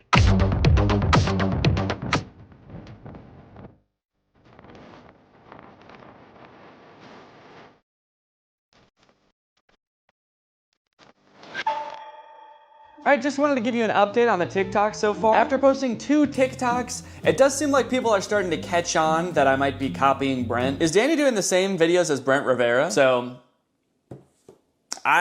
you caught me. Yes, I am. So 2 videos in and people are already figuring out that I'm just copying Brent. So that just goes to show that if you want to copy other creators online, it's not gonna take very long for people to start noticing that you're doing that. I guess people were like, well, the first one could have just been a coincidence, but once you do it twice, then it's a pattern. And 3rd time is a charm. Once I do this 1 more time, people will be charmed by my videos. Another interesting note is the TikToks are doing really well. The first one almost has 2 million views, the second one 2.3 million, and I think they both have more likes even than Brent's TikTok. This one has 300,000, the second one has 500,000, and Brent's TikTok, oh, wait. Oh, did Brent? Oh, okay, Brent deleted his TikTok. I guess it wasn't getting enough likes. That's crazy. He just deleted it because it wasn't doing well enough. That's actually pretty surprising, though, that it didn't do well because mine did great. Mine has 500,000 likes. I don't know, Brent. I would post it again, honestly. This one's crushing. So now that I've posted 2 TikToks and Brent has posted 2 TikToks, but he's deleted one of them, it's kind of like I'm more Brent than even he is. And would you say that's a good thing? You know, I never thought it could be so cool to be just like Brent. In a way, my new content strategy was even better than his. It seems like so much work to scour the web to find content to steal, but all I have to do is just steal everything Brent makes. It feels like I've got some kind of cheat code, like those websites that let you see senator stock trades. The work has already been done. All that's left to do is profit. As a content creator, I put so much pressure on myself to be coming up with video ideas all the time, so it's nice to just kick back, relax, and let Brent do all the work for a change. Maybe I could keep this up for even more than a week. Maybe I could do a month, even a year. The day that I have been long dreading has finally arrived. Brent has posted a YouTube video. He actually posted it 4 days ago, but then the weekend came and I didn't want to work on it on the weekend, and then a couple more days passed, so he actually posted it a few days ago, but I'm gonna recreate it now. It's called I Expose the World's Most Evil Babysitter. Today, I'm exposing the world's most evil babysitters. These babysitters are so evil, they're banned from literally every website. They're banned from Yelp? I can understand them being banned from specifically babysitter websites, like you shouldn't be able to book them through babysitter websites. But being banned from Yelp? That seems kind of counterproductive. I think we should keep them on Yelp if they're really that bad. I'm gonna be exposing the babysitters to their parents in hopes of getting them fired. They're going into these homes with the evil babysitters, and they're gonna expose how evil they are. That way the parents will fire the babysitter. You would think that being banned from every babysitter website would be enough for these parents. Like, I don't know why Brent needs to come in and prove it to them. Let's skip forward and see what kind of evil stuff this babysitter's gonna do. This review says she super glued a kid to the toilet because he wasn't doing his homework. Ow! Well, that's a crappy situation. Oh, that's kind of a crappy situation. Child abuse. Yeah, that's not good. And things were bad right from the start. Can you believe these people? What am I getting honked at for? a-hole! I like that this evil babysitter is just an elderly woman that doesn't drive well. She's evil! You know, just watching her, she knows damn well how to drive. She's just doing this on purpose. And then a lot of the video seems like Brent and his friends pulling pranks on these babysitters. So they may be evil, but you know, Brent is kind of fighting fire with fire. Two wrongs doesn't make a right, Brent. You all leave! Okay. Now! What is going on? You go stand in the corner. Why is my daughter in the corner? Okay, so they throw a fake party to get the babysitter mad at the kid so that the babysitter yells at the kid, and then they have the parents come back in after the party has left to be like, look, she's crazy. They had a party, a mariachi party. She's yelling at this girl for throwing a party. There's no party here. So it seems like in this one, they've basically framed the babysitter. So I'm gonna have to recreate this video, at least the title and thumbnail. But luckily when Brent copies a video on YouTube, he usually doesn't copy the actual video. He just copies the title and thumbnail. So I can kind of do the same thing. I can use the same title, same thumbnail, but then make the video itself kind of about whatever I want. So I thought about doing a commentary on the world's most evil real babysitters, but then I started to read up on it, and it was way too depressing for a comedy video. I don't know if you guys have ever heard of this crazy website called The News, but there's some crazy stuff on it. Anyway, I found this YouTube channel called Generation Hope that basically makes low-budget Darman style videos, and they had one about an evil babysitter, so I got to work filming a video about that. Then I took a picture of myself for the thumbnail and uploaded it to my second channel.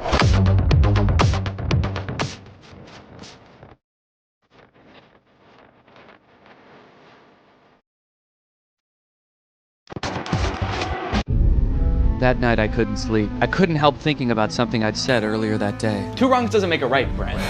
I thought by stealing content I could have some fun, grow my following, and most importantly, to be honest, kind of give Brent a taste of his own medicine a little bit, but is it worth it? That night, Brent posted 2 more TikToks that I was supposed to steal tomorrow, both stolen from other creators, and sure, if I stole them, it could be really awesome, and I could get a ton of views. But the TikToks are so similar to the original that I wouldn't just be stealing from Brent. I'd be stealing from the person he's stealing from, too. Would I be giving Brent a taste of his own medicine, or would I be giving the original creator a second taste of Brent's medicine? I've already gained 50,000 followers from the 2 TikToks I've posted.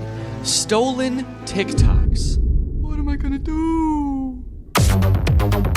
What am I gonna do? Alright, I do have to recreate these 2 final TikToks in order to complete the challenge. But I need to do so in a way that doesn't affect the original creators. So, I'm gonna recreate the TikToks, I'm gonna edit them together, and then I'm just not gonna post them.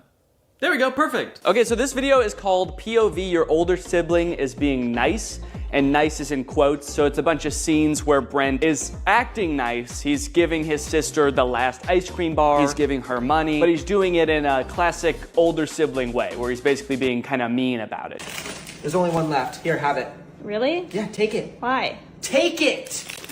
Here, Lexi, got you a coffee. Wait, what? You got me coffee? Yeah. Wait, did you get me a straw? Oh, yeah, here. This one's yours. Wait, how much was it? No, keep it. Here. Lexi, keep it. Here. Keep it! So we're gonna film that here today. I got Jake here, he's gonna help me film it. Jake, say that you're gonna help me film it. I'm gonna help him film it. Okay. I just had to check to make sure. Oh, there's the last one. Here, you can have it. Really? Take it. Why? Take it! Wait, why? You got me coffee? Yeah. Did you get me a straw? Yeah, right here. Oh my god. Oh, this is your food. Oh, how much was it? Here. Oh, keep it. No, here. Keep it! Here. Keep it! Keep it! Ah!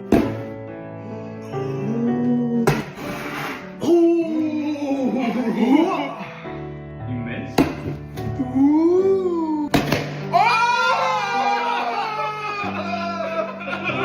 All right.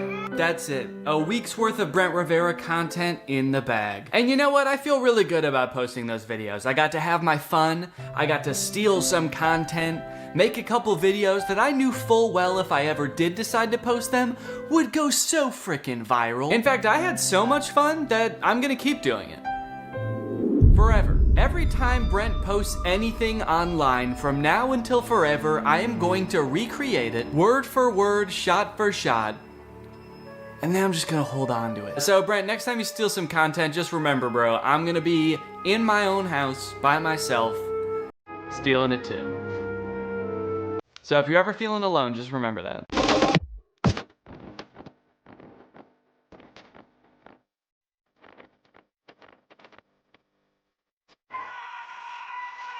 Brent, if you're watching this and you somehow made it this far into the video, I could understand seeing all these people criticize you and having the mentality that these people are just haters, these people are just jealous. But look, man, I don't hate you. I understand you're just making videos on the internet. It probably doesn't seem like the biggest deal in the world to copy other people. Do I think you're an irredeemable person or even like the most evil person on YouTube? No, of course not. Do I think that you frequently make shady decisions to further your career? Yeah. We're both successful creators and we've both been doing this for long enough that we should be driving forces of creativity on this platform, or at the very least not using other smaller creators as rungs on a ladder to advance your own career. Maybe you don't particularly care about getting respect from other creators and literally the only thing that you're prioritizing is your bottom line. Or maybe you feel like you're making a difference in the lives of the kids who watch your videos, and so in your mind that justifies being able to do whatever to get to that position. From watching your videos, I do get the sense that you have a good time making them. I feel like if I was you, my favorite part of the job would be like getting on camera with your friends and goofing around. You probably like the parts of your job where you're coming up with funny ideas of what to do in your sketches. And I honestly would have no problem with your content if you just focused on doing that. I can tell you from experience, and I know a lot of other YouTubers feel the same way, that the more you try to exploit the algorithm or trick the system into gaining followers, like this game of copying other popular ideas, the more soul-sucking and draining this job becomes. So if you're in it because you like goofing around or you like making an impact on kids' lives, focus on that. That's awesome. I saw that TikTok someone made about you recently that you responded to, saying that your job is like their nightmare job, making content that's relatable to middle schoolers or high schoolers. And you responded with a bunch of TikToks basically saying that, you know, you make an impact on a lot of kids' lives. It did seem like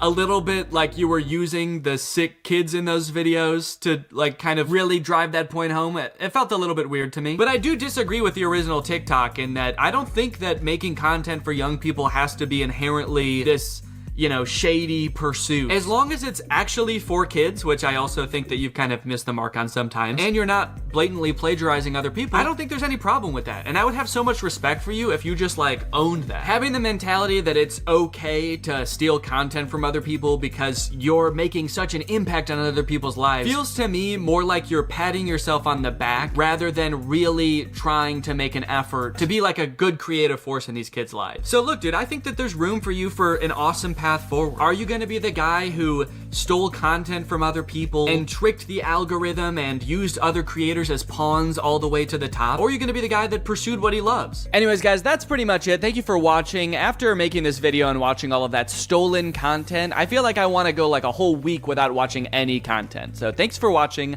Bye-bye. What's up, Greg, and welcome back to another episode of Please Stop Trying to Give Birth at Disneyland.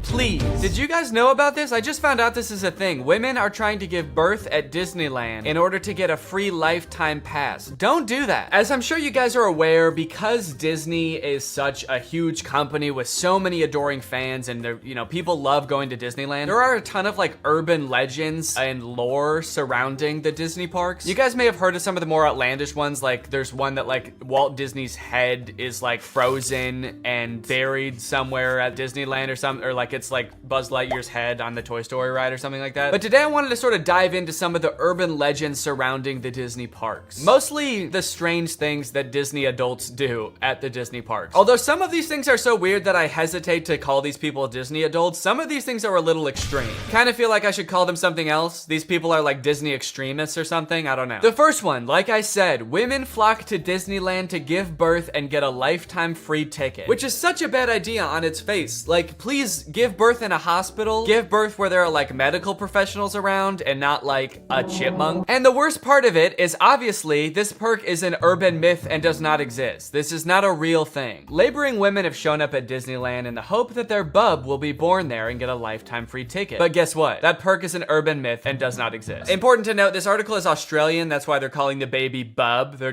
talking about a baby there. They're not talking about like a bottle of champagne or something. I'm going to Disneyland and giving birth to that bubbly dude, which is also what I call having a fart. I just gave birth to a bubbly. As a veteran of the pregnancy game, I know for sure that the journey to motherhood, okay, that's a weird way to say I've given birth before, or just that I am a mom. As a veteran to the pregnancy game. So you have kids, right? Me? Yep, yeah, that's right. I've done 3 tours of pregnancy. I've seen shit you cannot imagine. The pain, the screaming. Yeah, I've heard childbirth can be pretty tough. The innocent lives lost. Oh.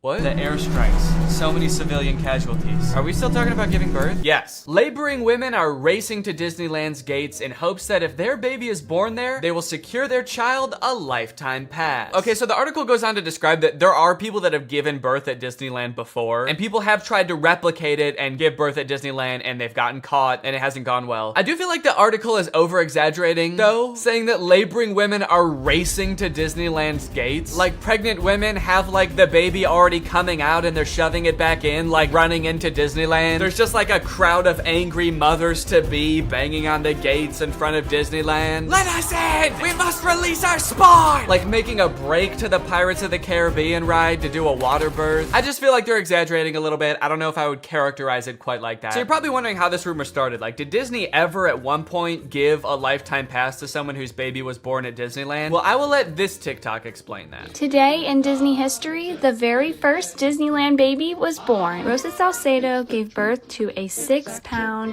10-ounce baby girl on a bench on Main Street, USA, right outside of the Plaza Inn. Can you imagine visiting Disneyland as a family of 2 and coming out as a family of 3? Yeah, I can actually. But not because I'm gonna give birth. I'm gonna kidnap Donald Duck. You're my child now, Donald. The perfect happy family of 3. Husband, wife, and my uncle Donald Duck, who I've been holding at gunpoint for the past 16 years. There have been 4 babies born at Disneyland, and all of them have been girls, but only one has their own Disneyland birth certificate. So that might not have sounded significant, but that's actually how the rumor started. The first baby that was born there, Teresa, got a birth certificate that was just like a Disney birth certificate that says like, this is the first baby to ever be born at Disneyland. And I guess like word got out that this baby got some kind of special certificate, and then people just started assuming like, oh, that's a lifetime pass. That baby got a lifetime pass. And from that moment on, has just been a rumor that if you give birth at Disneyland, your baby gets a lifetime free pass. So honestly, if you're like that big of a Disney fan and you do this, you don't even get a lifetime pass. You still have to pay to go to Disneyland. It's just your baby that gets in for free. And I kind of feel like babies get in for free to Disneyland anyway. Is that true? Children under the age of 3 get in free to all 4 theme parks and 2 water parks at Disney World. There you go. You want your kid to get in free to Disneyland? A better conspiracy would be just pretend they're 3 years old for their entire life. That shit could actually work. The article goes on to talk about a time where someone has tried to sneak in to give birth at Disneyland, and they hid in the bathroom while going into labor until I guess employees had to like assure her that her baby would not be getting a lifetime pass, and then she was like, oh, okay, fine, then I'll just go to the hospital. Once they assured her that she would not be receiving a lifetime passport, she came out and accepted the ambulance ride to Western Medical Center where her baby was born shortly thereafter. I don't know about you guys, but it kind of sounds like she failed the test. If you know anything about Disneyland, you know how well the cast members there, all of the employees, all the staff, all the people in costumes are trained to like respond to every circumstance. It sounds like you just entered the giving birth at Disneyland experience, and honestly, you didn't make it to the end where you get the prize. It also says that this discussion board, The Laughing Place, has some hilarious forum chats about this topic. So I guess other people have been like sharing stories about this happening on this forum, but when I clicked on it, it turns out that it doesn't exist anymore, which kind of sucks because I wanted to find out more times that this has happened, but honestly, it is probably for the best. Kind of sounds like they were talking about some pretty sick shit in there. You think you're gonna go to a Disney forum and see people talking about like, my favorite movie's Coco, but instead you see people talking about like, I'm gonna give birth inside of Pluto's house. I'm gonna go to Disneyland and get fucked by Goofy, and then Goofy's gonna be the father of my child, and I'm gonna give birth on It's a Small World. And I'm gonna make Elmer Fudd cut the umbilical cord. Is Elmer Fudd a Disney character? I actually don't think he is. But he's gonna be there anyway. And then me and my freak mutant, half goofy, half human child will both get lifetime passes. Free pass for life for my little freak. Passes or not, being born in Disneyland is a pretty cool claim. Yeah, I mean, I guess so. The way this is written, it kind of makes it sound like, so you might not get a free pass, but I don't know, it's worth a shot. You might want to do it anyway, just for shits. I've actually found a little bit of discussion about this on TikTok as well. Quick question, what's stopping me from giving birth in Disney World? Like in the Magic Kingdom, on a ride, in the up couple. I think this TikTok in particular is a joke, but the comments under this TikTok are actually very interesting. I went into labor at Disney. They were not cool about it. And people like responded asking her to elaborate, and she goes on to detail her experience going into labor at Disney. And from her experience, it kind of sounds like the second anybody starts going into labor at Disney now because of this conspiracy, the entire staff immediately flips and like makes it their top priority to get you out of the park and like to a hospital to give birth. And I guess that sometimes they can be so rushed trying to get you out of the park that it comes off as rude, but obviously they're just like concerned for your health. They also don't want this rumor escalating of like people giving birth getting a free pass. And also it's just like people in sweaty mascot costumes trying to not deliver a baby because that's not their job. So sometimes I guess it comes off as rude. But the funny thing is, from this woman's entire explanation, it sounds like she didn't even know that this urban legend was a thing. So in her head, I guess she just like broke some unspoken rule at Disneyland that she had no idea about and made the entire staff of the happiest place on earth turn on her in an instant, which is so funny to me. Hello there, what can I get for you? Yeah, can I just get a medium root beer, please? Oh, great. Oh, great, another guy here to put his balls in the root beer. What? Hey everybody, this guy right here is about to pull out his big fat balls in front of everyone, in front of a bunch of children, and put his balls in a glass of root beer. Why would I do that? Don't play dumb. I'm not playing dumb. I am dumb in this situation. You've clearly heard that if you put your stupid fat balls— why do you keep calling them fat— in the root beer at Disneyland, you get to spend the night with Minnie Mouse. Oh, what the fuck? No, I just wanted some root beer. Is that true? No, it's an urban legend. But no matter how many times we tell people it's not true, we still get perverts like you coming to Disneyland, ordering root beer just so they can put their stupid— don't call them fat— fat balls in it! Oh, come on, man, don't cry. I already am. Why do you still sell root beer if this keeps happening? Because if you shit in the root beer, you actually do get a free fast pass for Space Mountain. Okay, I don't want to put my balls in root beer, and I definitely don't want to shit in the root beer, okay? I legitimately just want to drink some root beer. Oh. Sorry, my bad, man. I didn't know. Okay, well, that's literally what I asked for, so here you go. Ah, what the fuck is that? It's Walt Disney's head. You said the secret code, so here's his head. No, root beer. What? I wanted root beer. I wanted to drink root beer. So no head? No. Overall, pretty disappointing that anyone actually believed this in the first place. In what world would Disney want to foster an environment where mothers are coming into their park, their theme park, to try to give birth? Especially if they're not like billing it back to the person that gave birth and being like, okay, here's your hospital bill, and because it's Disney, it was $1 million. Now, by now, it should be no surprise to you that there are some people in this world that want to spend every waking moment of their lives at Disneyland, especially their most precious moments in life, which is why you can also get married at Disneyland. Let's take a look at some of the craziest places you can get married at Disney World. Starting at $12,000, you can get married at the Haunted Mansion in Disney World. But just like expecting mothers trying to sneak into the bathroom to pop out a quick person, couples are of course also trying to cheat the system and avoid paying to have their wedding at Disney. So they'll just like sneak in with like themselves, maybe a couple family members and an officiant, and just like have the wedding in like a somewhat secluded area of the park. Here we have an article that details a San Diego couple sharing their secret Disneyland wedding story. Not many people can say they secretly got married in Disneyland's Sleeping Beauty Castle. 2 years ago, Gabriel and Andrea had been saving up for their dream wedding at Disneyland. However, when they began looking for wedding options at the park, the couple said that the cheapest option was $12,000. Instead, they decided to spend their life savings on a house. Great move, honestly. No complaints so far. That's a very wise choice. So Gabriel and Andrea decided to have a secret wedding at Disneyland. The couple gathered Gabriel's oldest daughter, an ordained minister, a witness, and packed their bags, heading for Disneyland for what they called a guerrilla-style wedding. Now, I don't know much about weddings. I've only had one, but I do know that you don't generally want to have them guerrilla-style. Like when we were planning our wedding, that word almost never came up, I don't think. Just imagining them describing their wedding afterwards, like, yeah, it was so romantic. We hid in the bushes for 8 hours in the hot Florida sun wearing camo paint, waiting for the crowds to die down. You know, just sort of waiting out the crowds and the gunshots, the airstrikes. Airstrikes? Then we popped out and I said I do.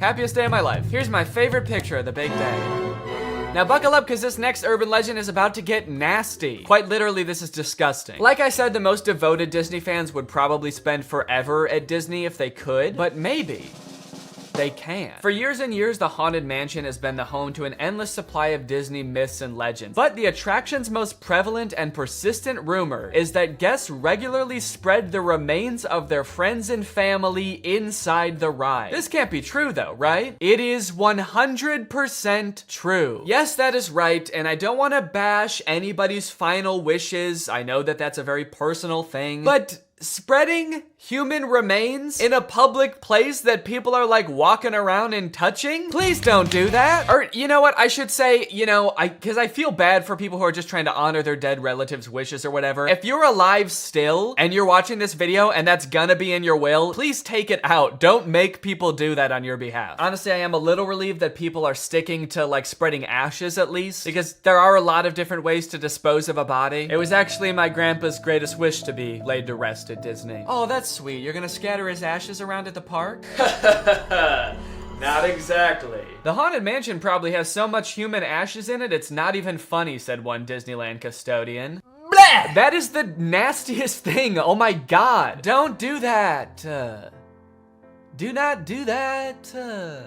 Please. People scatter their loved ones' ashes in the Disney parks monthly. Can you imagine just like being on a ride and the person next to you is dumping out ashes? Disney employees are literally aware of this too. They have to follow special protocols every time this happens. The custodians are used to identifying and vacuuming up these ashes. I don't know why I was surprised to hear they vacuum them up. Of course they do. It's a literal human corpse, basically. Of course they get rid of it. The people who are like requesting this happen to their bodies must know this, right? They must know that some custodian that does not willingly work in like a morgue or something is going to have to take care of that. This sounds awful for everyone. If you're the custodian, you have to vacuum it up, but if you're the person that just lost someone you care about, you have to know that they're just gonna vacuum it up. They might even make you watch. They have you come identify all the places that you scattered the remains, and then they just like make eye contact with you while they're vacuuming it up. This is going in the garbage now. We're gonna throw this in the garbage now. Say bye-bye. So when you're laying them to rest in the happiest place on earth, you're actually condemning them to forever in the suckiest place in the world.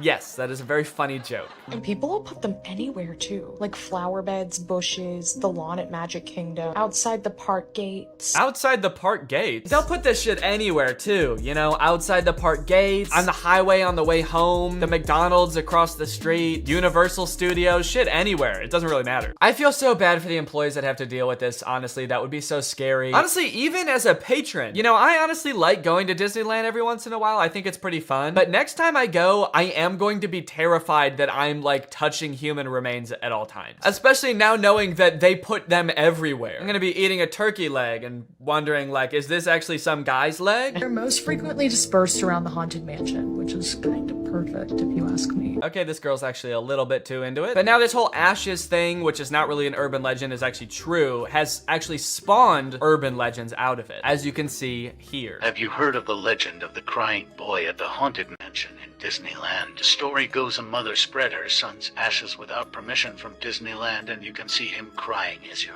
exiting the ride. Spooky. I wonder why he's crying. Maybe because his ashes are in a vacuum. Maybe because he was a little boy and his mom spread his ashes in the scariest ride at Disneyland. The mom was like, yeah, my son used to love this ride. Every time we would get on it, he would be screaming and crying and shaking because he was so happy and excited. So I decided this is the perfect place for him to spend the rest of eternity. In a rundown castle of pure terror. It's what my darling little boy would have wanted. All in all, it seems to me that Disney, this giant corporation that owns like every media property known to man, has their grubby little fingers wrapped around people a little bit too tightly. It's like you already have every movie and TV show. Do you really need people like begging to spend their entire lives at your theme park also? But even still, with people spreading their loved ones' ashes at Disney, people trying to give birth at Disney just to get free tickets, Disney is still trying their best to immerse you in their parks as much as possible to make you never want to leave. Recently, Disney opened up the Galactic Star Cruiser Hotel, which is a Star Wars hotel and experience. I think it's like a 2 or 3 day long experience where you are like in this hotel. There's like a story that you have to follow about shit going on around you. It seems very immersive, and to a pretty big Star Wars fan, honestly, it sounds pretty cool. But it is also $5,000, and instead of windows, your room has a screen that just shows a video of outer space playing. So, you know,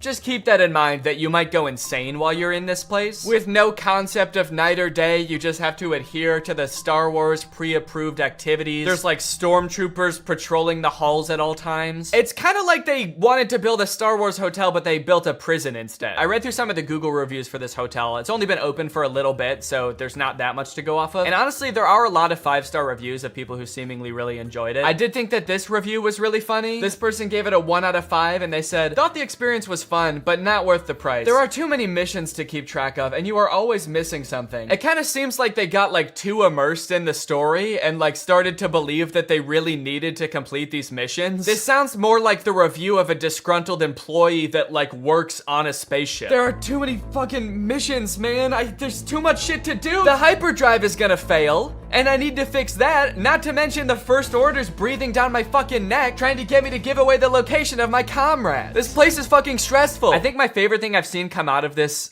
Star Wars hotel is this apparently now deleted ad for the experience that says, strike unlikely alliances in your very own Star Wars story. Apparently when you come in, you can decide if you want to be like on the good side or the bad side. So this, holy shit, this place is metal, dude. This goes hard. It's crazy to me that you actually can choose to be on the side of like the evil intergalactic fascists, basically. You and your preteen daughter can don First Order uniforms and betray one of your favorite character's trusts, Chewbacca, giving away his location and leading the First Order directly to him, who will take him away to be tortured and then eventually executed. It might be a little too immersive. It might be. We're gonna start hearing people come back and you're gonna be like, how was your trip? You went to the Star Wars hotel, right? And they'll be like, the guilt over my actions will haunt me forever. But I did what I had to do. It was honestly fucking sick. I loved it. And honestly, like, if someone offered to bring me there for free, would I go? Yes, I probably would. Yeah, honestly, I would like to go 100%. I would like to go. And as if living in an life is curated by Disney. Oh gosh, I feel like we have so much chemistry together. Me too. This has been great. This date was a lot of fun. I really haven't connected with anyone like this in a long time. Fantastic. How likely would you be to recommend this experience to a friend? What? On a scale from 1 to 10, how would you rate my performance? Performance? I thought you were just like genuinely interested in me, like romantically. Oh, perfect. So a 10 then? I really opened up to you. And you opened up to me. That's all just part of the story living experience. It's Disney magic. So that whole story you told me about how sad you were that you had to release your pet into the wild because it had grown to be wild. That was the plot of The Fox and the Hound. What the fuck is wrong with you? Thank you for riding Disney's Love Connection. Please make sure you pick up all your belongings as you exit the ride. Are you an animatronic? Please do not try to fuck any of the animatronics. Are you all animatronic? Have a lovely day here at Am I the only person that lives here? Anyway, that's the end of the video. It's time to talk about our sponsor. What's up? It's me, a hacker, and I'm so excited to steal your data because you don't have today's sponsor, ExpressVPN. You see, sending data over an unencrypted network is a lot like sending a postcard. There's no envelope to cover up your info and protect your sacred message. So any old creep with a little bit of basic computer knowledge and a little bit of free time can come along and check out all of your private information. I'm talking passwords, financial details, hell, emails. I'm gonna look at all of it. I'm doing it right now. Hey guys, I was just kidding. It's just me, Danny. Well, I wasn't kidding about most of it actually. Just the part about me being a hacker, but the rest of it is true. Oh, there's not enough light on my face now. Can I just sort of illuminate my face with this? Luckily, today's sponsor, ExpressVPN, is here to help. Because ExpressVPN encrypts all of your network data with their best-in-class encryption. It would literally take a hacker using a supercomputer billions of years to crack this encryption. ExpressVPN has the fastest speeds out there. They've got 24/7 customer support, and ExpressVPN is extremely easy to use. You can fire it up and get connected with just one click. I've got ExpressVPN on every device that can have it, just to have a little bit of extra peace of mind when I'm out and about, especially on public Wi-Fi. So if you want to find out how you can get 3 months of ExpressVPN for free, then head on over to the link in the description. That's expressvpn.com/Danny Gonzalez. That's expressvpn.com/Danny Gonzalez. Thank you, ExpressVPN, so much for keeping us safe, but also sponsoring this video. Thank you to you guys for checking out ExpressVPN. When you click on the link, it really helps to support my channel, so thank you for that. All right, thank you guys for watching this video. I hope you enjoyed it. If you're new here and you're not subscribed yet, make sure you subscribe and turn on my notifications to join Greg. Greg is what I call my army here on YouTube. We are a ruthless army whose violence and terror knows no bounds. Please subscribe and turn on my notifications to join, and I will see you next time. Bye-bye. What's up? Hey guys, real quick, I have new merch, and also there's a big sale going on in my merch store right now until December 1st, and 4 random orders during the sale are going to receive one of the physical drawings that I did in the fake AI video. So if you want to check out the new merch or get some discounted merch, then head on over to DannyGonzalez.store, and now here's the video. Fashion changes fast. Like really fast. Looking at this picture of myself wearing a V-neck and cargo shorts feels like looking into an old photograph from the 1910s where like everybody in it is dead now. But believe it or not, this picture was only taken 2 weeks ago. That's how fast fashion trends change. Remember that weird t-shirt I was wearing at the beginning of this intro? I've already thrown it into a landfill. That's how fast fashion trends change. Styles change so quickly over the years, it feels impossible to predict what is going to be popular next year, let alone like 30 years from now in say 2050, which is scary to me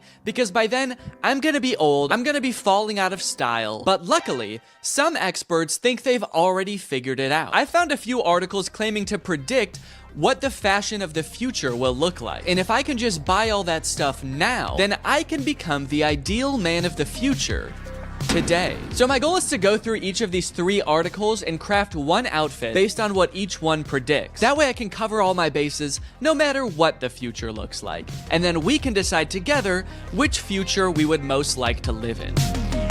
Okay, this is an article on a website called Dream Zone, and it's called 2050, the fashion of the future. Adaptable wearable technology. Most of us will live close to the printing house or have a 3D printer at home. Huh? What is this about everybody living close to the printing house? Like Kinko's? I do mess with the idea of 3D printed clothing though, that's kind of sick. The idea that everything you own can fit perfectly because it's like 3D printed, custom to your body, is kind of cool. Socks will recycle themselves.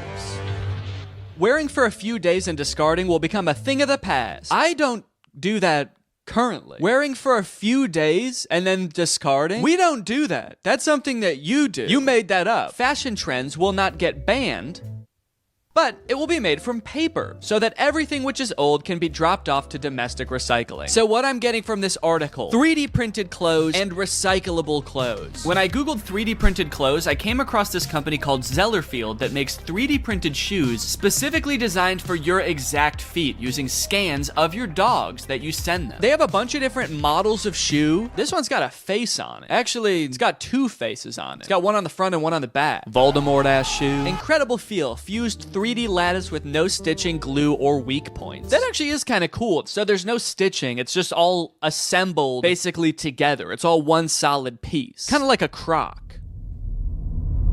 Are these just Crocs? Easy to clean, breathable, machine washable, and odor resistant. It's breathable? It looks like a big solid chunk of rubber. I don't know what the consistency of this shoe is gonna be, but I guess there's only one way to find out. The process of scanning my feet was a little bit different than I anticipated. I wasn't so much scanning my feet, so much as taking one very specific picture of both my feet next to a piece of computer paper. To find some more kind of eco-friendly clothes like this article was talking about, I Googled clothes of the future and found this company Volbat. They make a shirt called the wooden t-shirt. This is the first t-shirt to be built from wood and colored with wood. Now it looks like a pretty normal shirt, so I guess they figured out some kind of way to make fabric out of wood, which is pretty cool. Unless this is all like an illusion and this really is just carved out of wood. I guess he's not moving that much in these pictures. What if it is just like a stiff board of wood and it actually doesn't have a back either, so you just put it on like a chest plate. So I'm gonna order a medium wooden shirt. Lastly, I found some compostable compostable underwear. These are just boxers made out of 100% cotton, which means that if you put them in a composter, they will turn back into dirt. Made by nature and designed to return to nature in 90 days. You can soil them and turn them into soil. Add to cart.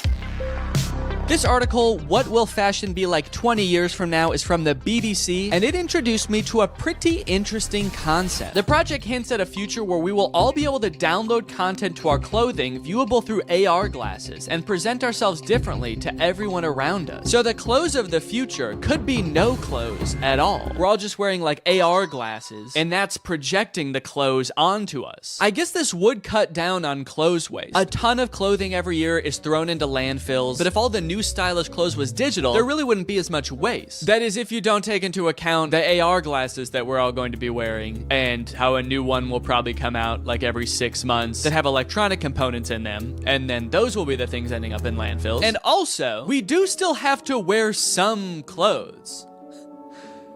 Right? Or is the future just gonna be like people walking around looking like Fortnite characters in our AR glasses, but in reality, they're just naked? The most interesting part about this is that I actually found a company that offers this service already. It's called DressX. I actually found it because Sophia Nygaard made an entire video where she dressed up in outfits from this service for a week, and it's super interesting. You can buy clothes, digital clothes, from this website, and then you can try them on virtually. I guess you upload an image of yourself that you want to be wearing the outfit, and then you pay $20 for them to basically Photoshop you into the outfit. And it looks a little bit realistic. Yo, look at this, the Neo suit. I feel like when I upload this, they have to decide how big my ass is. Okay, I'm actually kind of liking these, dude. Whoa, look how big that hat is. Dude, that's crazy. Maybe I want to go with this one. It's $100 for this whole outfit, which could be worth it, depending on how it turns out. Yeah, I'm gonna go with this one.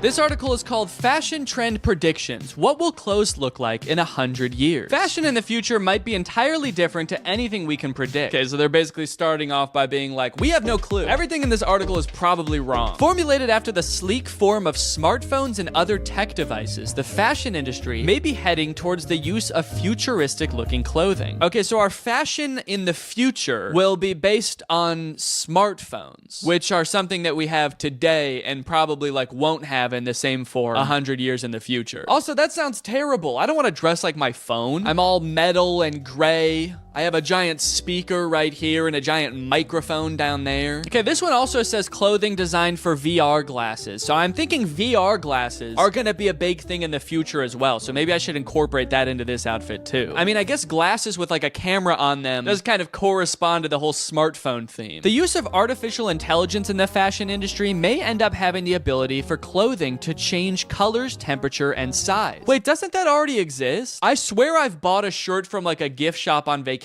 before that changed colors if I was in the sun. Okay, so for this version of the future, here's what I found. Some augmented reality sunglasses. I didn't even know technology was this far, first of all. AR technology? They can just make them in sunglasses now? You can just sit down with your sunglasses and be in front of a giant theater screen. Why does this feel like this is a scam or something? It has 1,500 ratings and it has good reviews. So I'm gonna get them, honestly. I'm honestly kind of just curious and I want to try them. Next up, remember how I said giant speaker right here? Giant speaker right here. This is a Bluetooth hat. Plays the music out of it. It's only $15. It's incredible. And then I don't know, like a color changing shirt, but maybe I can get some kind of like metallic pants or something to go along with it. And that'll kind of complete the look. With 3 futuristic outfits chosen, it was time to start testing them to see which future I would most like to live in.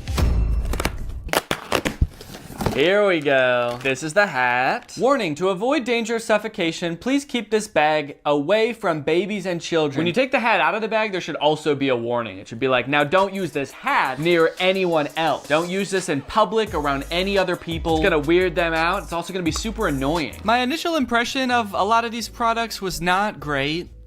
Connected. Yes. Sound quality did not sound good, guys. I have to say that does not bode well for the test of this. The color changing shirt was super confusing. My hot breath would make it change colors, but when I would put my hot hand on it for like a minute straight, it wouldn't. What the hell? It barely changed color at all. How hot is my breath? that did it and nothing else does. Oh, yeah, okay, so this is the robot onesie that I ordered. Onesie? Is that the right word? Like, that's the word for a baby outfit that's all one thing. Is that like that for people too? Or like adults? People. I know it's like that for babies, but what about like humans? Human beings. But what I'm most interested in trying is these AR glasses. So let's get the whole outfit on and see how they work. Ah, whoa! Holy shit. Oh my God. Whoa, that's actually kind of cool. So my whole laptop screen is like suddenly appeared in my glasses. No matter where I look now I just see my laptop screen. You can fully see it on the camera. you can't see your eyes anymore. You just see my laptop screen. Of your laptop screen. Wait, that gives me an idea. Hold on. So you can see perfectly what's on my screen? Yeah.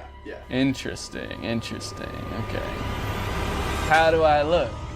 I didn't realize when I bought these that it seems like you have to have them plugged into your laptop or phone in order to use them. So it's not like you can just be walking around watching the new Mr. Beast video as you walk down the street. You have to be carrying a laptop with you too. But I do think that there is a real use case for this outfit. With all this potential for stimulation strapped to my body, I can become like a permanent iPad baby. So I turned on a food theory video, I started blasting some futuristic music out of my hat, and started playing some stimulating videos of kinetic sand on my glasses. Okay.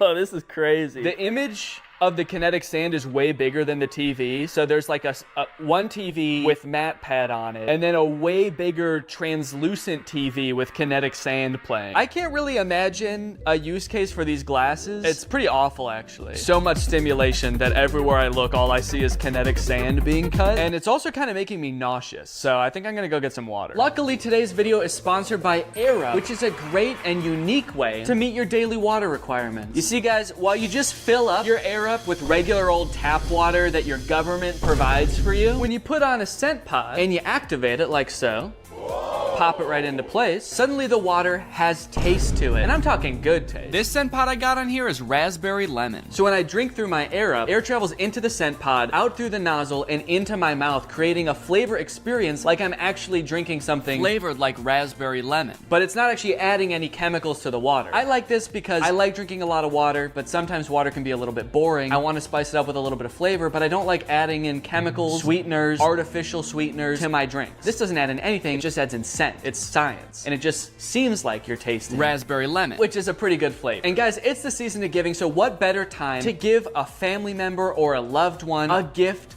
with taste? Which is why, Jake, actually, I have a surprise for you. What? For doing such a good job filming this video right now, I got you this. Oh my God! And there's actually an air up in here too, it's not just the box. So there you go. And I also got you your favorite flavor, cherry, to go along with it. Oh my God, that's my favorite flavor to go along with it. That's what I just said. Yeah, sorry.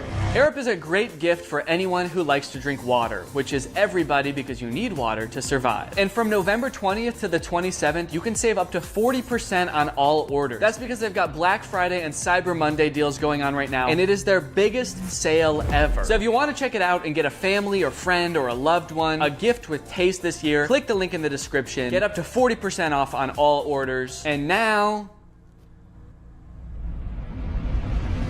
so I was just watching more videos about Air Up on here.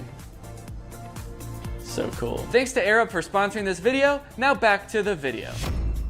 For the virtual outfit, before I even purchase it, I have to take the picture that I want them to Photoshop me in, because that's part of the checkout process, is uploading that picture. So that's what I'm gonna do right now. Now the outfit is so kind of edgy and dangerous looking that I gotta pick a cool location for it. So that's why I'm out and about. I have to find a cool location for it. The big issue with that is that the top is like a mesh top, which would usually be worn with nothing underneath, so that you could kind of see, you know, my belly button, my nipples, whatever. But if I'm looking for a cool location, that's gonna be a public location, and if I'm in public, I'm not gonna be walking around taking pictures with my shirt off. Filming in public is already embarrassing enough. I don't need to take my shirt off. But look, I'm wearing like kind of a skin-colored shirt. Maybe they can just Photoshop my shirt off anyway and give me like rock hard abs. That would be sick. So I'm just gonna take a picture and send it to them and see what they do. I'm just wearing regular clothes. I'm wearing jeans and a t-shirt and shoes. And so I'm just gonna try to find like an edgy location to take a picture of myself. Well, I took a little walk and I looked around and I found this. A skate park. Also the smallest bleachers I've ever seen to watch people at the skate park. Guess they're not anticipating like a ton of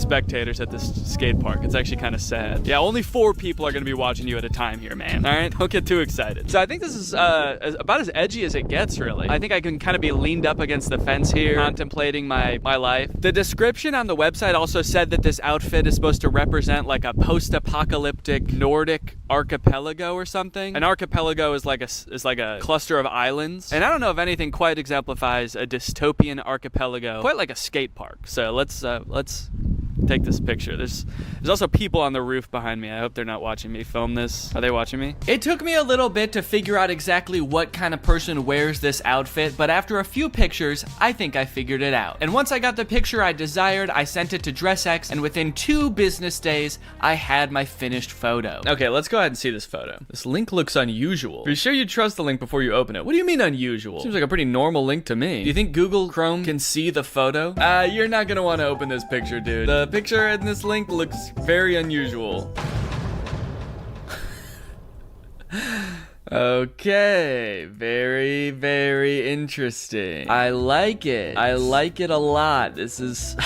Wow. Yeah, I mean, it looks like I'm wearing the outfit. I'll give them that. I like that they left my Apple Watch on. And my shirt. This has got to be the dorkiest anyone's ever looked in this outfit. I sent the picture to Laura. I was worried she was going to say it looked super fake and also would hate the outfit. But it turns out she loves it. Eventually, I'm going to post this picture on Instagram to see what everybody thinks. But before I do that, I have to get pictures of the other outfits too. So without further ado, here's the next outfit. All right, well, it's been a month since the last part of the video that you just watched. Our son arrived about 2 weeks early, so I had a little bit less time to film this video than I thought. Whoops. So yeah, I'm a dad now. I've been taking the past month off of social media and just like taking a break from filming and stuff, just to hang out and get to know the little guy. He's awesome. He's very chill so far. Does a lot of sleeping, does a lot of pooping. And all in all, it's probably been the best month of my life. This has been fantastic. It's been amazing. Everybody's healthy. Everybody's doing great. The delivery went great. About as good as you could ask for, honestly. But being that I am a dad now, I do kind of have to reevaluate my content, you know? I have a son to raise. Do I really care about becoming like the trendiest man 30 years from now? My son's gonna be 30 years old in 2050. Okay? Or something like that. I don't know. Somewhere around there. Or do I really want to be worried about keeping up with the hottest trends of the future? Yes. Of course I do. Even more so now. This child is a very cool child. And you can bet he's gonna have cool friends with even cooler dads. You know they're gonna be showing up to birthday parties in the hottest 3D printed shoes and the stiffest wooden t-shirts, all right? So if I don't get ahead of the curve now, I'm gonna be a laughingstock amongst this boy's friends and their dads. Which is why I've got this one last outfit here before me, and I think this is really gonna be the one that takes the cake. So I unboxed the biodegradable boxers. Oh yeah, These will fit just fine. I unboxed the wooden t-shirt. First impressions? It does not feel like a shirt. Even my dog's natural instincts are like, ooh, that's a stick. Must fetch shirt. And I unboxed the 3D printed shoes and this hat. Whoa. Okay, they also sent me a hat. This very cool hat. Buy my shoes on Zellerfield.com. Hey, wait a minute. I didn't send them pictures of my head. How did they know how big my head is? Wow, dude. Okay, look at this. Wowee, man. These shoes impressed me from the moment I took them out of the box. They are breathable. Yeah, I can. That's actually kind of crazy. Wait, how does that work? And they fit pretty well. At first. Huh, well. My toe ends about here, so there's like this much space at the end of the shoe, but I actually think that that is kind of how you want shoes to be, because you don't want your toe rubbing up against the front of the shoe. So, okay. Why do I look like old-timey in this shoe with this long sock and my pants ending there? I look like a pilgrim or something. For whatever reason, the left one is a little bit more uncomfortable. Let me stand up and just, yeah, I can definitely still feel that a little bit. You know what? No, I think these are too big. I actually think they are too big in the toes. I feel like I've got a lot of extra space there. But I wouldn't know the full extent of it until I put the full outfit on to test. The very first thing I noticed is that when I put this shirt on, it was like weirdly cold. Like usually when you put clothes on, it warms you up right away, but the shirt has like a weird cooling effect to it. And it's like, it just feels cold on my body. Does it feel cold to the touch to you? Yeah. Yeah, it's like frigid. Is wood supposed to be cold? I guess it does kind of feel the same temperature as this door. Take that as you will, I suppose. The shirt is very stretchy. It's this weird combination of stretchy and stiff, which doesn't sound like would be possible, those two things together, but it is kind of stiff and like starchy, I guess I would say. It's kind of just like crispy. Wait, why is it white there? Does this shirt change color too? Or did I just fuck it up somehow? The shoes, now I gotta be honest, I don't really feel like they fit that good. As I step, it kind of feels like my heel could come right out of the back of the heel a little bit. I mean, you can for sure see that there's a good amount of space there. I'm worrying a little bit more every day about what they did with those pictures of my feet, if not make shoes that fit properly. They're like, sick, something we can jerk off to when we make this guy's shoes. The boxers are pretty comfortable, I will say. I put them on, I was like, I'm gonna wear these again. Rest assured, they are on. If you were to plant me in a pot of soil for 90 days, let's just say I wouldn't be wearing underwear anymore. And I'd also be very cold and wet. I decided to do a little bit of light jogging to see how the shoes would feel in action. Oh no, these have really bad grip. Let me try on sidewalk real quick.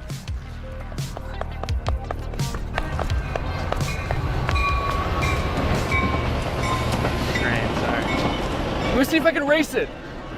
There's not a lot of grip on the bottom of these shoes, so when I was running on this gravel path, I kind of felt like I was like a cartoon character that like starts running for a little bit before they actually start moving.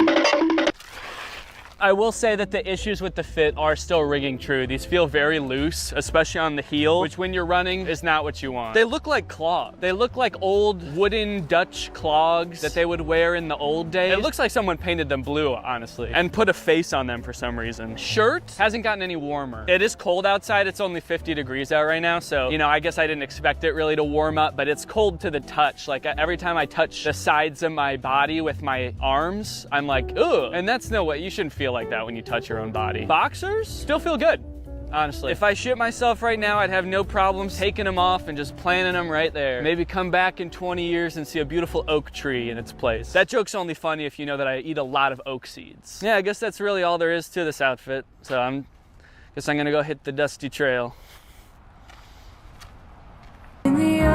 To get a definitive answer as to which outfit is the best futuristic outfit, I decided to post each of them on Instagram and let my audience decide. This is gonna be such a weird thing to post right now. As of right now, I haven't posted anything since our son was born, so I've just posted that we had a baby, and then the next post is like me like, ah, in the scariest outfit you've ever seen. Yeah, maybe I should just caption something really ominous, like things have changed. Rate my fits, and then maybe some kind of little fashion emoji. The hell? Why are these the emojis that come up when you search fashion? It's a scroll and 2 fountain pens. Hello? Okay, it's been about 20 hours since I posted the pictures. Let's go ahead and see what people think about the future of fashion. Hat's not wide enough. Thank you for that, Drew. Whoa, okay, I'm actually getting a decent amount of positive responses. Love the pants, so cute, yes, cool. First one goes hard. First one is so fire. It seems like most people are talking about the first outfit. Dude became the Hat Man. Whoa. Wow, I didn't even think about that. I do kind of look like the Hat Man. You guys know that mythical sleep paralysis demon, the Hat Man? Dude,